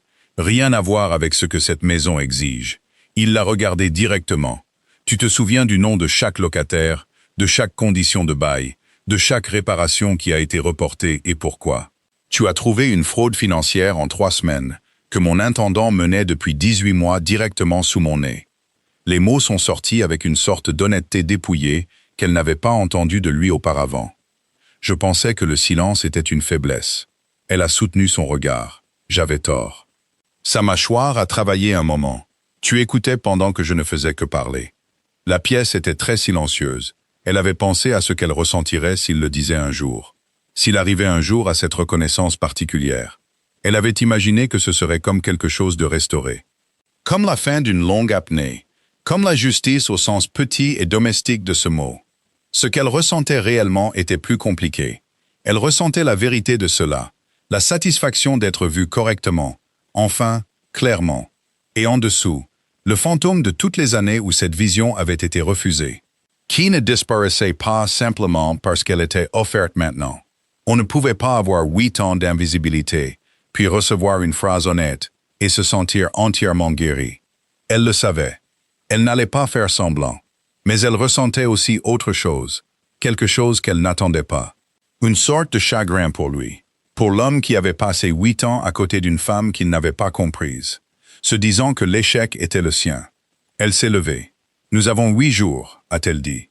Quand ce sera fini, quand Doyle aura sa réponse et que le domaine sera protégé, nous parlerons du reste. Toi et moi. » Elle a croisé son regard. « Mais pas maintenant. Maintenant, nous travaillons. » Il a hoché la tête. Elle pouvait voir sur son visage qu'il comprenait qu'il y avait une conversation en attente qui était distincte de la crise, et qu'elle ne lui pardonnait ni ne le rejetait. Elle mettait de l'ordre dans les choses. Et lui, pour peut-être la première fois, la laissait faire. Les relevés bancaires, il a ouvert le dossier. Les paiements de Claremont sont confirmés. Chaque virement, le compte sur lequel ils sont allés et le nom sur le compte. Elle a regardé. Claremont Holdings, titulaire du compte Air Doyle. Elle a absorbé cela un long moment. Les paiements n'étaient pas allés à une société écran avec un bénéficiaire distant qui pouvait être contesté. Ils étaient allés directement sur le compte de Doyle avec l'autorisation de Fenwick. C'était si direct que c'en était presque arrogant. L'arrogance d'un homme qui avait supposé que le duc de Wellington-Mere ne regarderait jamais d'assez près pour le trouver.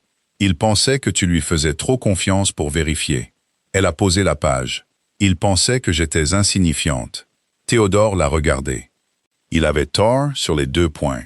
Elle s'est permis un petit sourire précis. Oui, il avait tort. Ils ont travaillé ensemble pendant les 3 heures suivantes. C'était la première fois qu'ils s'asseyaient à la même table, avec le même objectif, depuis plus longtemps qu'elle ne pouvait s'en souvenir clairement. Et l'étrangeté de la situation s'est progressivement résolue en quelque chose de fonctionnel. Et elle a admis à elle-même quelque chose de proche de la collaboration qu'elle avait imaginé que le mariage pourrait parfois ressembler quand elle était jeune. Il savait des choses qu'elle ne savait pas. L'histoire de sa relation avec Doyle, les spécificités de la politique interne du syndicat de Bradford, les noms des hommes qui pourraient être sympathiques au sein du comité si Lord Petton pouvait les atteindre. Elle savait des choses qu'il ne savait pas. Les angles juridiques, la structure des comptes, le schéma de la fraude dans les moindres détails. Ils allaient et venaient entre ces corps de connaissances, sans la friction habituelle de 2 personnes défendant leurs domaines séparés. Parce que les domaines s'étaient effondrés, et ce qui restait était simplement le travail. À 9 heures, Henry est apparu à la porte dans sa chemise de nuit. Réveillé par un instinct que les enfants ont sur les rythmes domestiques perturbés, il a regardé ses 2 parents à la même table, entourés de papiers, tous 2 travaillant. « Tu cherches toujours la chose qui ne colle pas ?» Il a adressé la question à Isabelle avec le sérieux d'un enfant qui se souvient des conversations. Elle a levé les yeux. « Nous l'avons trouvé », a-t-elle dit. « Maintenant, nous reconstruisons le puzzle de la bonne manière. » Henry a regardé son père. Théodore a regardé son fils avec une expression qu'Isabelle n'avait pas vue de lui depuis un certain temps. Quelque chose qui n'était ni l'approbation distraite qu'il dispensait habituellement à distance, ni la performance soignée de la dignité paternelle ducale. Quelque chose de plus direct, de plus présent. « Tu devrais être au lit », lui a dit Théodore. « Je sais. » Henry n'a pas bougé immédiatement. Il a regardé la table de papier, puis sa mère, puis son père. Et ce qu'il a vu dans l'arrangement des 3 semblait satisfaire une évaluation qu'il menait tranquillement. « Bonne nuit. » Il est parti. Théodore a regardé la porte vide un moment. « Il a tes yeux », a-t-il dit. Il l'a dit doucement, et sans le calcul social qu'elle avait l'habitude d'entendre, même dans les remarques personnelles de Théodore. Il l'a dit comme un homme dit quelque chose de vrai quand il a soudain l'espace pour le dire. Elle a regardé ses papiers. « Il a ton entêtement », a-t-elle répondu, « ce qui lui servira bien. » Elle a entendu quelque chose de Théodore alors, qu'elle n'avait pas entendu de lui depuis très longtemps. Quelque chose de bref et de calme, qui aurait pu, dans d'autres circonstances, être un rire. Pas la performance d'amusement qu'il offrait lors des occasions sociales. Quelque chose de réel. Elle n'a pas fait de remarques à ce sujet. Elle a pris le document suivant. Il restait 6 jours avant la réunion du comité. Et au moment où ils ont terminé cette nuit-là, elle avait un plan qui utilisait chaque élément de preuve qu'ils avaient. les relevés bancaires, la contestation juridique de Calloway, le certificat de bigame, le témoignage de Lord Peyton, et le lien direct entre le nom de Doyle et le comte de Claremont. Dans une séquence qui ne se contenterait pas de défendre Théodore contre l'accusation de fraude, mais qui exposerait la fraude publiquement et complètement. Il ne suffisait pas d'être innocent. Elle l'avait compris depuis le début. L'innocence mal présentée pouvait encore perdre. Ce dont ils avaient besoin, c'était d'une présentation si claire et si séquencée que le comité n'aurait aucune autre lecture possible des faits. Elle avait construit cette présentation. Elle l'a revue une dernière fois avant de fermer son carnet. Théodore l'a raccompagné à la porte du bureau quand ils ont terminé. Un petit geste formel qu'ils n'avaient pas échangé depuis des années. « J'aurai besoin de toi à la réunion », a-t-il dit. Pas comme une présence en arrière-plan. « J'ai besoin de toi là-bas. » Elle l'a regardé. « J'y serai. » Elle est montée, s'est assise à sa coiffeuse et a regardé son propre visage un long moment. Elle a regardé la femme qui avait passé 8 ans à être qualifiée de discrète par un homme qui n'avait pas compris que la discrétion était le son de quelqu'un qui prêtait une attention particulière. Elle a regardé la femme qui avait construit son dossier dans les marges d'un rôle de gestion de maison, dans un temps emprunté et une observation attentive, pendant que son mari se tenait au centre de sa propre vie, ne voyant pas ce qui était juste à côté de lui. Elle était fatiguée. Elle était aussi, pour la première fois depuis très longtemps, exactement là où elle avait l'intention d'être. Elle a éteint la lumière et est allée se coucher. Il restait 6 jours. Elle avait l'intention d'utiliser chacun d'eux. Les 6 jours passèrent, comme passent toujours les jours, avant un règlement de compte. Trop vite pour le confort et trop lentement pour la patience. Isabelle a utilisé chaque heure. Elle a rencontré 2 fois de plus Calloway, qui avait voyagé du Kent après avoir reçu sa 2e lettre, et qui s'est avéré en personne être exactement le genre d'homme que son père avait toujours dit qu'il était. Méthodique, intrépide et totalement indifférent au titre quand les faits l'exigeaient. Il a déposé la contestation juridique le mercredi avant la réunion du comité, nommant Doyle et Fenwick comme parties à une fraude coordonnée contre le domaine de Wellington Mere. Le dépôt était une affaire de notoriété publique. Doyle le saurait dans la journée. Elle avait compté là-dessus. Elle voulait qu'il le sache. Elle voulait qu'il sente le sol se dérober sous le plan qu'il avait passé 3 ans à construire. Parce qu'un homme qui sent le sol se dérober a tendance à bouger, et le mouvement laisse des traces. Lord Peyton a confirmé jeudi que la réunion du comité aurait lieu samedi comme prévu. Il n'avait pas réussi à obtenir le délai de 4 jours qu'elle avait demandé. Mais il avait obtenu quelque chose de plus utile. Une garantie que le comité au complet serait présent, y compris 3 membres qui avaient été absents des briefings préliminaires de Doyle. Une participation complète signifiait qu'elle n'aurait besoin de présenter son cas qu'une seule fois. Le vendredi soir, Théodore est venu dans son salon et s'est tenu à la porte, d'une manière différente de celle dont il s'était tenu aux portes pendant la majeure partie de leur mariage. Moins certain, plus présent. « Es-tu prête pour demain ?» Elle a levé les yeux du document qu'elle examinait. Oui. Il est resté silencieux un moment, et elle pouvait le voir chercher quelque chose, pour lequel il n'avait pas encore tout à fait les mots. Un pont entre l'homme qu'il avait été et la conversation qu'ils avaient convenu d'avoir quand ce serait fini. J'ai envoyé une lettre à Lady Arabella cette semaine. Il l'a dit sans préambule, sans le cadre défensif auquel elle se serait attendue de lui 6 semaines plus tôt. Elle a gardé son expression neutre. Elle méritait une explication directe plutôt qu'un retrait progressif. Il a croisé son regard. Je lui ai dit que j'avais été confus pendant un certain temps sur ce que je valorisais, que la confusion était la mienne, pas la sienne. C'est une bonne femme. Elle n'était simplement pas ce dont j'avais besoin. Elle ne l'a jamais été. Isabelle l'a étudié. Elle n'allait pas demander ce qu'il avait réalisé avoir besoin. Pas ce soir. Ce soir était pour autre chose, et ils le savaient tous les deux. Comment l'a-t-elle reçu? Avec plus de grâce que je n'en méritais. Quelque chose a bougé sur son visage.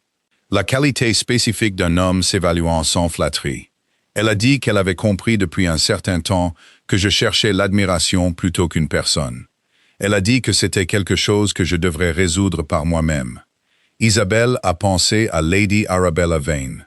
Sa jeunesse, son aisance dans une pièce, sa capacité à ce genre de performance sociale qui avait fait que Théodore se sentait impressionnant par proximité. Elle a considéré le fait que la femme l'avait compris plus clairement à 29 ans qu'il ne s'était compris lui-même à 40.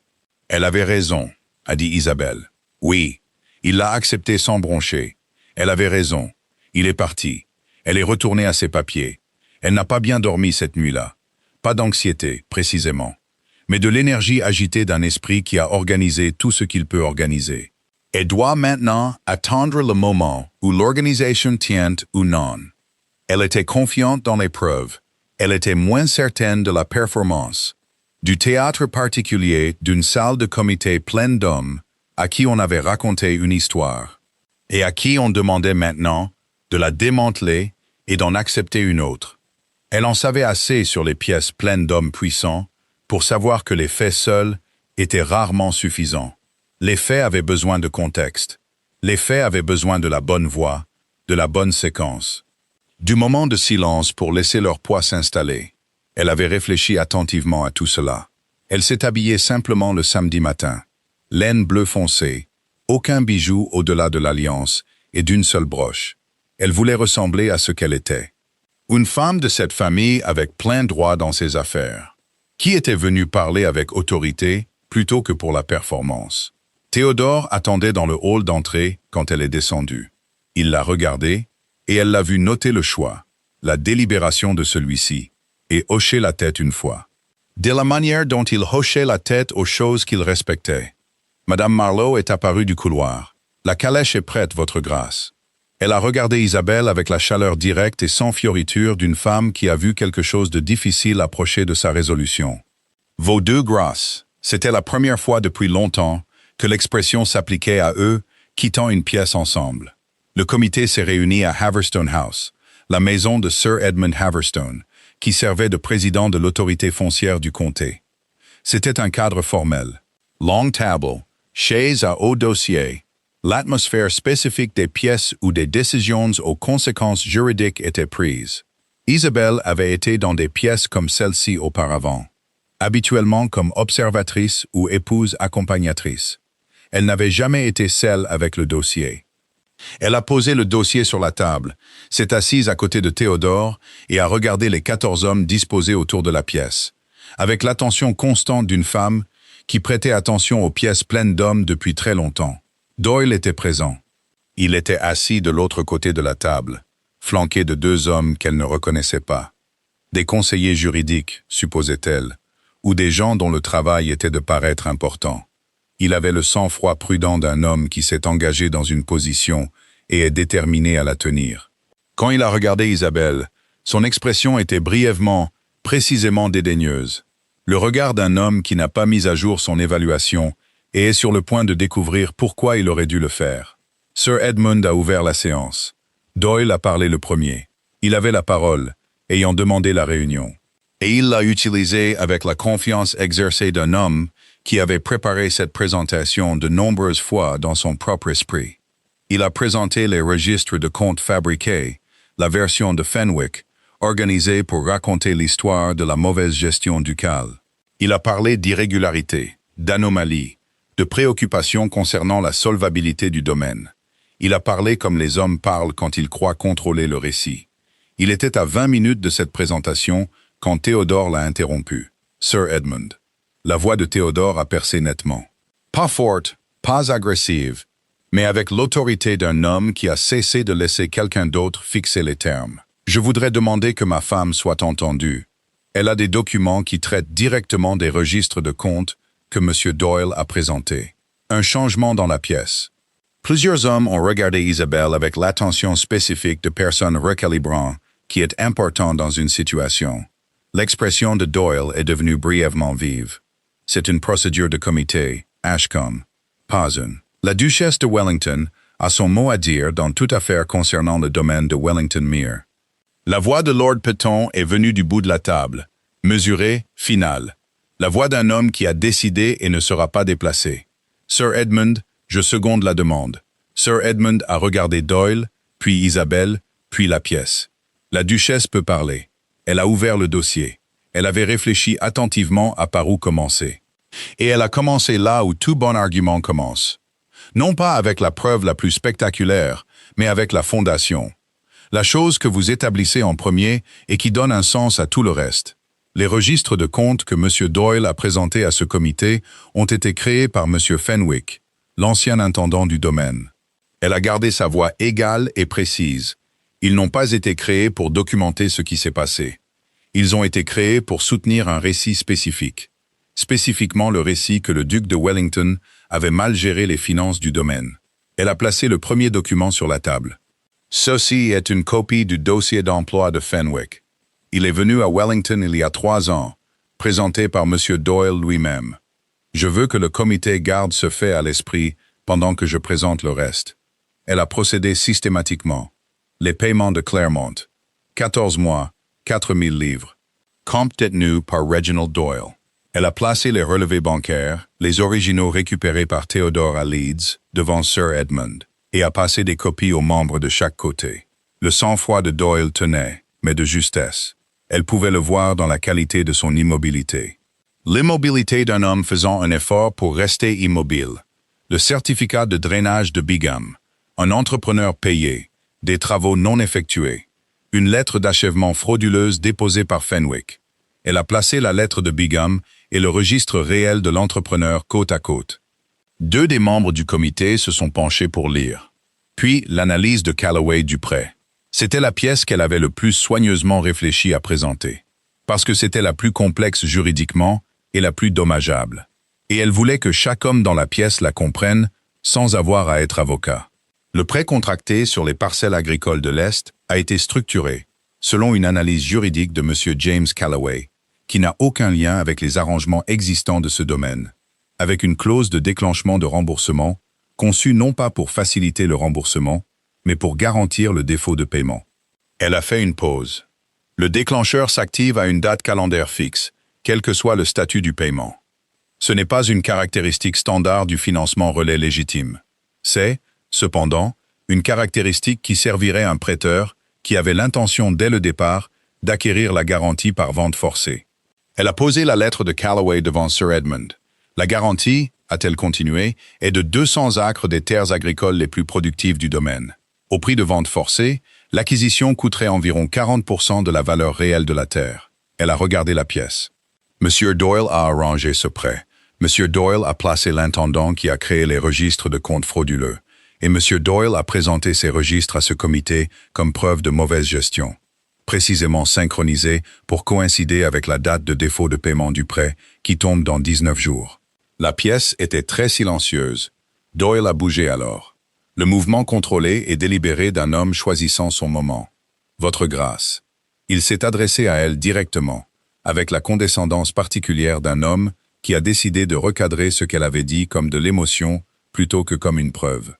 Ce sont des allégations sérieuses. Vous suggérez une conspiration coordonnée s'étendant sur 3 ans, orchestrée par un homme sans motif. Le motif est la terre. Elle n'était pas sur la défensive. Elle n'a pas élevé la voix. 200 acres adjacents au couloir d'expansion ferroviaire de Bradford. Lorsque la ligne de l'Est s'étendra, ce que le propre comité d'investissement du syndicat a projeté se produira d'ici 4 ans, cette terre vaudra 3 fois sa valeur actuelle. Elle l'a regardé fixement. Je pense que vous le savez, Monsieur Doyle. Je pense que vous le savez depuis bien plus de 3 ans.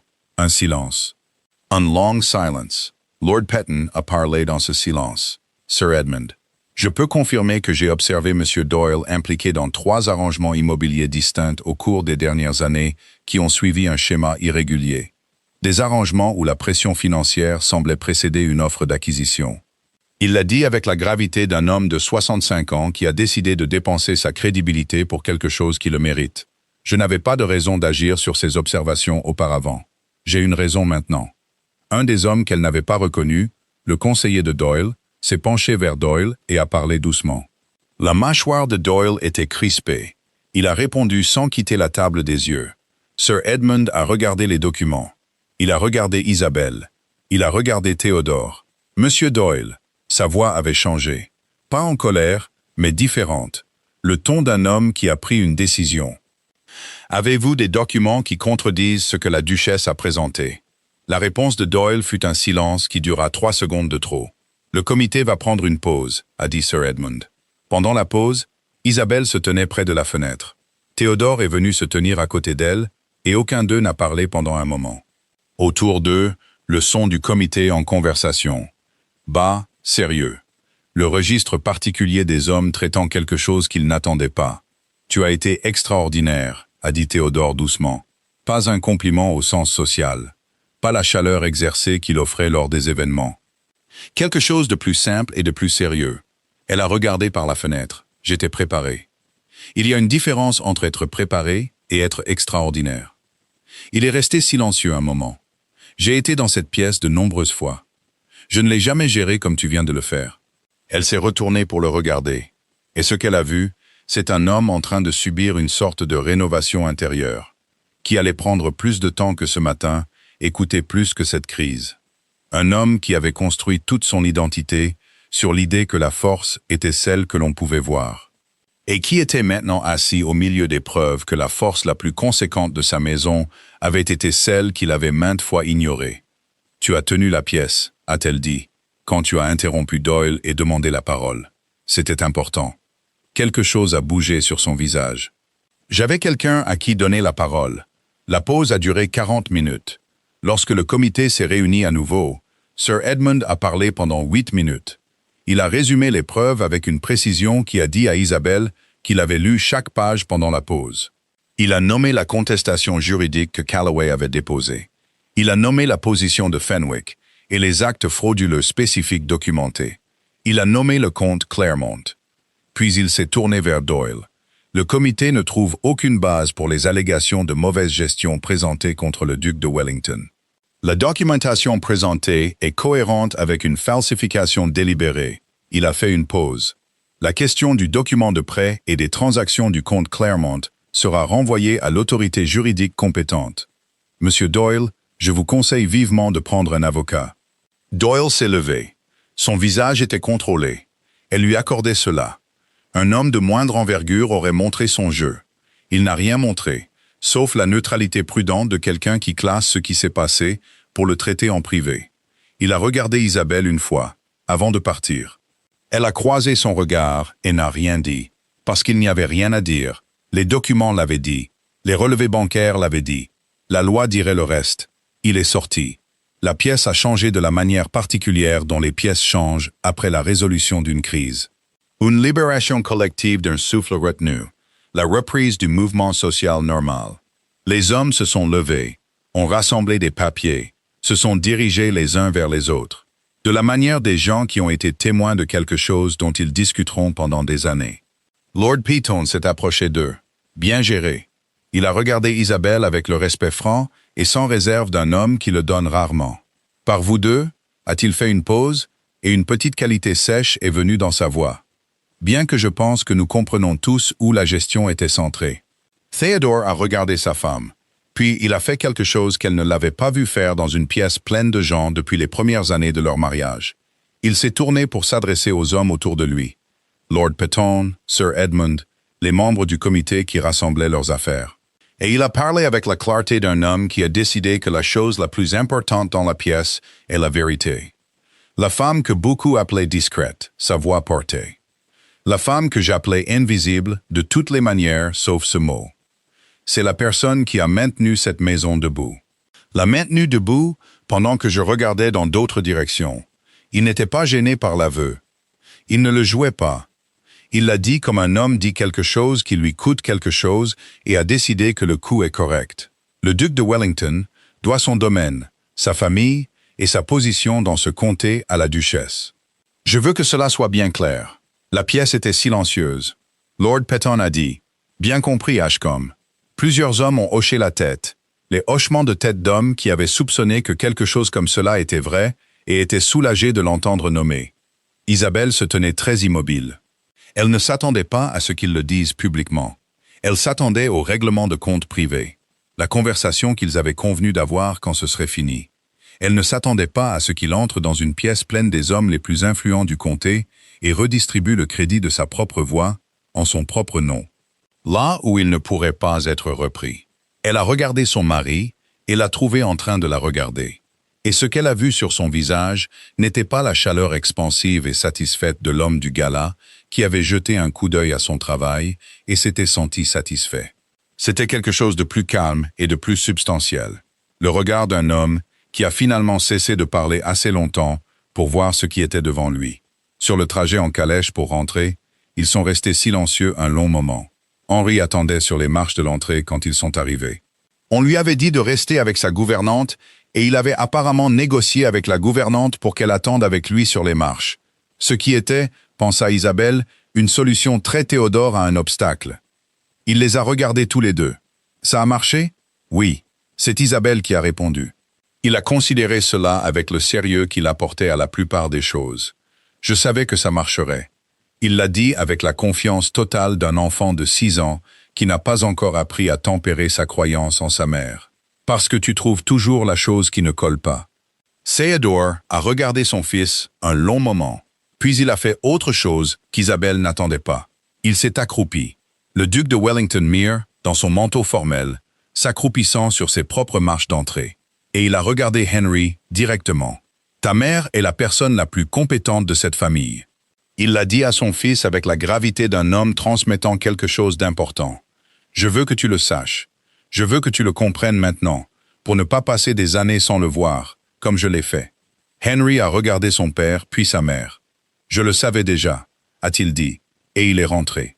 Isabelle est restée sur les marches et a senti le rire monter, avant de pouvoir décider s'il était approprié. Un vrai rire, le genre qui la surprenait, le genre qu'elle n'avait pas ressenti depuis longtemps. Théodore s'est redressé, l'a regardé, et après un moment, quelque chose s'est produit sur son visage qui était très proche de la même chose. Madame Marlowe est apparue à la porte. Elle les a regardés tous les deux, ce qu'il y avait sur leur visage à ce moment-là, et n'a rien dit. Elle s'est simplement écartée pour les laisser entrer. Et alors qu'Isabelle passait devant elle, l'intendante lui a brièvement pressé la main. De la manière d'une femme qui a attendu longtemps quelque chose et est finalement satisfaite de le voir arriver. Cette conversation, celle que Théodore et elle avaient convenu d'avoir, a eu lieu 3 soirs plus tard dans son salon, sans ordre du jour et sans calendrier. Ce n'était pas une conversation simple. Ce n'était pas une conversation confortable. Elle a couvert 8 ans. Et toutes ces années n'étaient pas des choses qui pouvaient être réparées par la compréhension changée d'un homme de la compétence de sa femme. Certaines des choses qu'elle lui a dites n'avaient jamais été dites auparavant. Et il les a écoutées avec la qualité particulière de tension qu'il apportait maintenant à l'écoute. Non pas la demi-attention d'un homme attendant de répondre, mais l'attention pleine et inconfortable d'un homme entendant quelque chose qu'il ne peut pas contester. Certaines choses, à la fin de cette conversation, ont été réparées. Certaines choses ont été comprises comme ayant été perdues de manière permanente. Des années qu'elle ne retrouverait pas. Des silences qui lui avaient coûté quelque chose qu'elle ne pouvait pas entièrement quantifier. Elle n'a pas prétendu que ces pertes étaient effacées par le fait qu'il la voyait clairement maintenant. Elle n'était pas ce genre de femme, et elle avait cessé de jouer le pardon qu'elle ne ressentait pas, simplement parce que cela aurait rendu la pièce plus confortable. Mais certaines choses ont été réparées, et dans l'espace de ce qui a été réparé, quelque chose a commencé à grandir. Lentement, prudemment, avec la fragilité particulière des choses reconstruites après des dommages. Pas le mariage qu'ils avaient eu, quelque chose de plus petit et de plus honnête, construit sur un terrain qui avait été débarrassé des choses qu'ils avaient tous deux fait semblant. 1 an a passé. Doyle a été inculpé. Fenwick a pleinement coopéré avec les procédures judiciaires en échange d'une peine réduite. Ce qui était la décision d'un homme qui avait compris trop tard qu'il avait misé sur le mauvais parti. Le comte Claremont a été gelé. Le prêt a été contesté et, sur l'argument de Callaway, jugé structuré de mauvaise foi. Une conclusion qui a annulé la clause de défaut et a donné au domaine un titre clair sur les parcelles de l'Est sans obligation. Lord Petton a dit à la conclusion juridique que c'était le cas de fraude de domaine le plus propre qu'il ait vu poursuivi en 30 ans. Il l'a dit directement à Isabelle, ce qu'elle soupçonnait être délibéré. L'expansion ferroviaire de Bradford a été confirmée au printemps.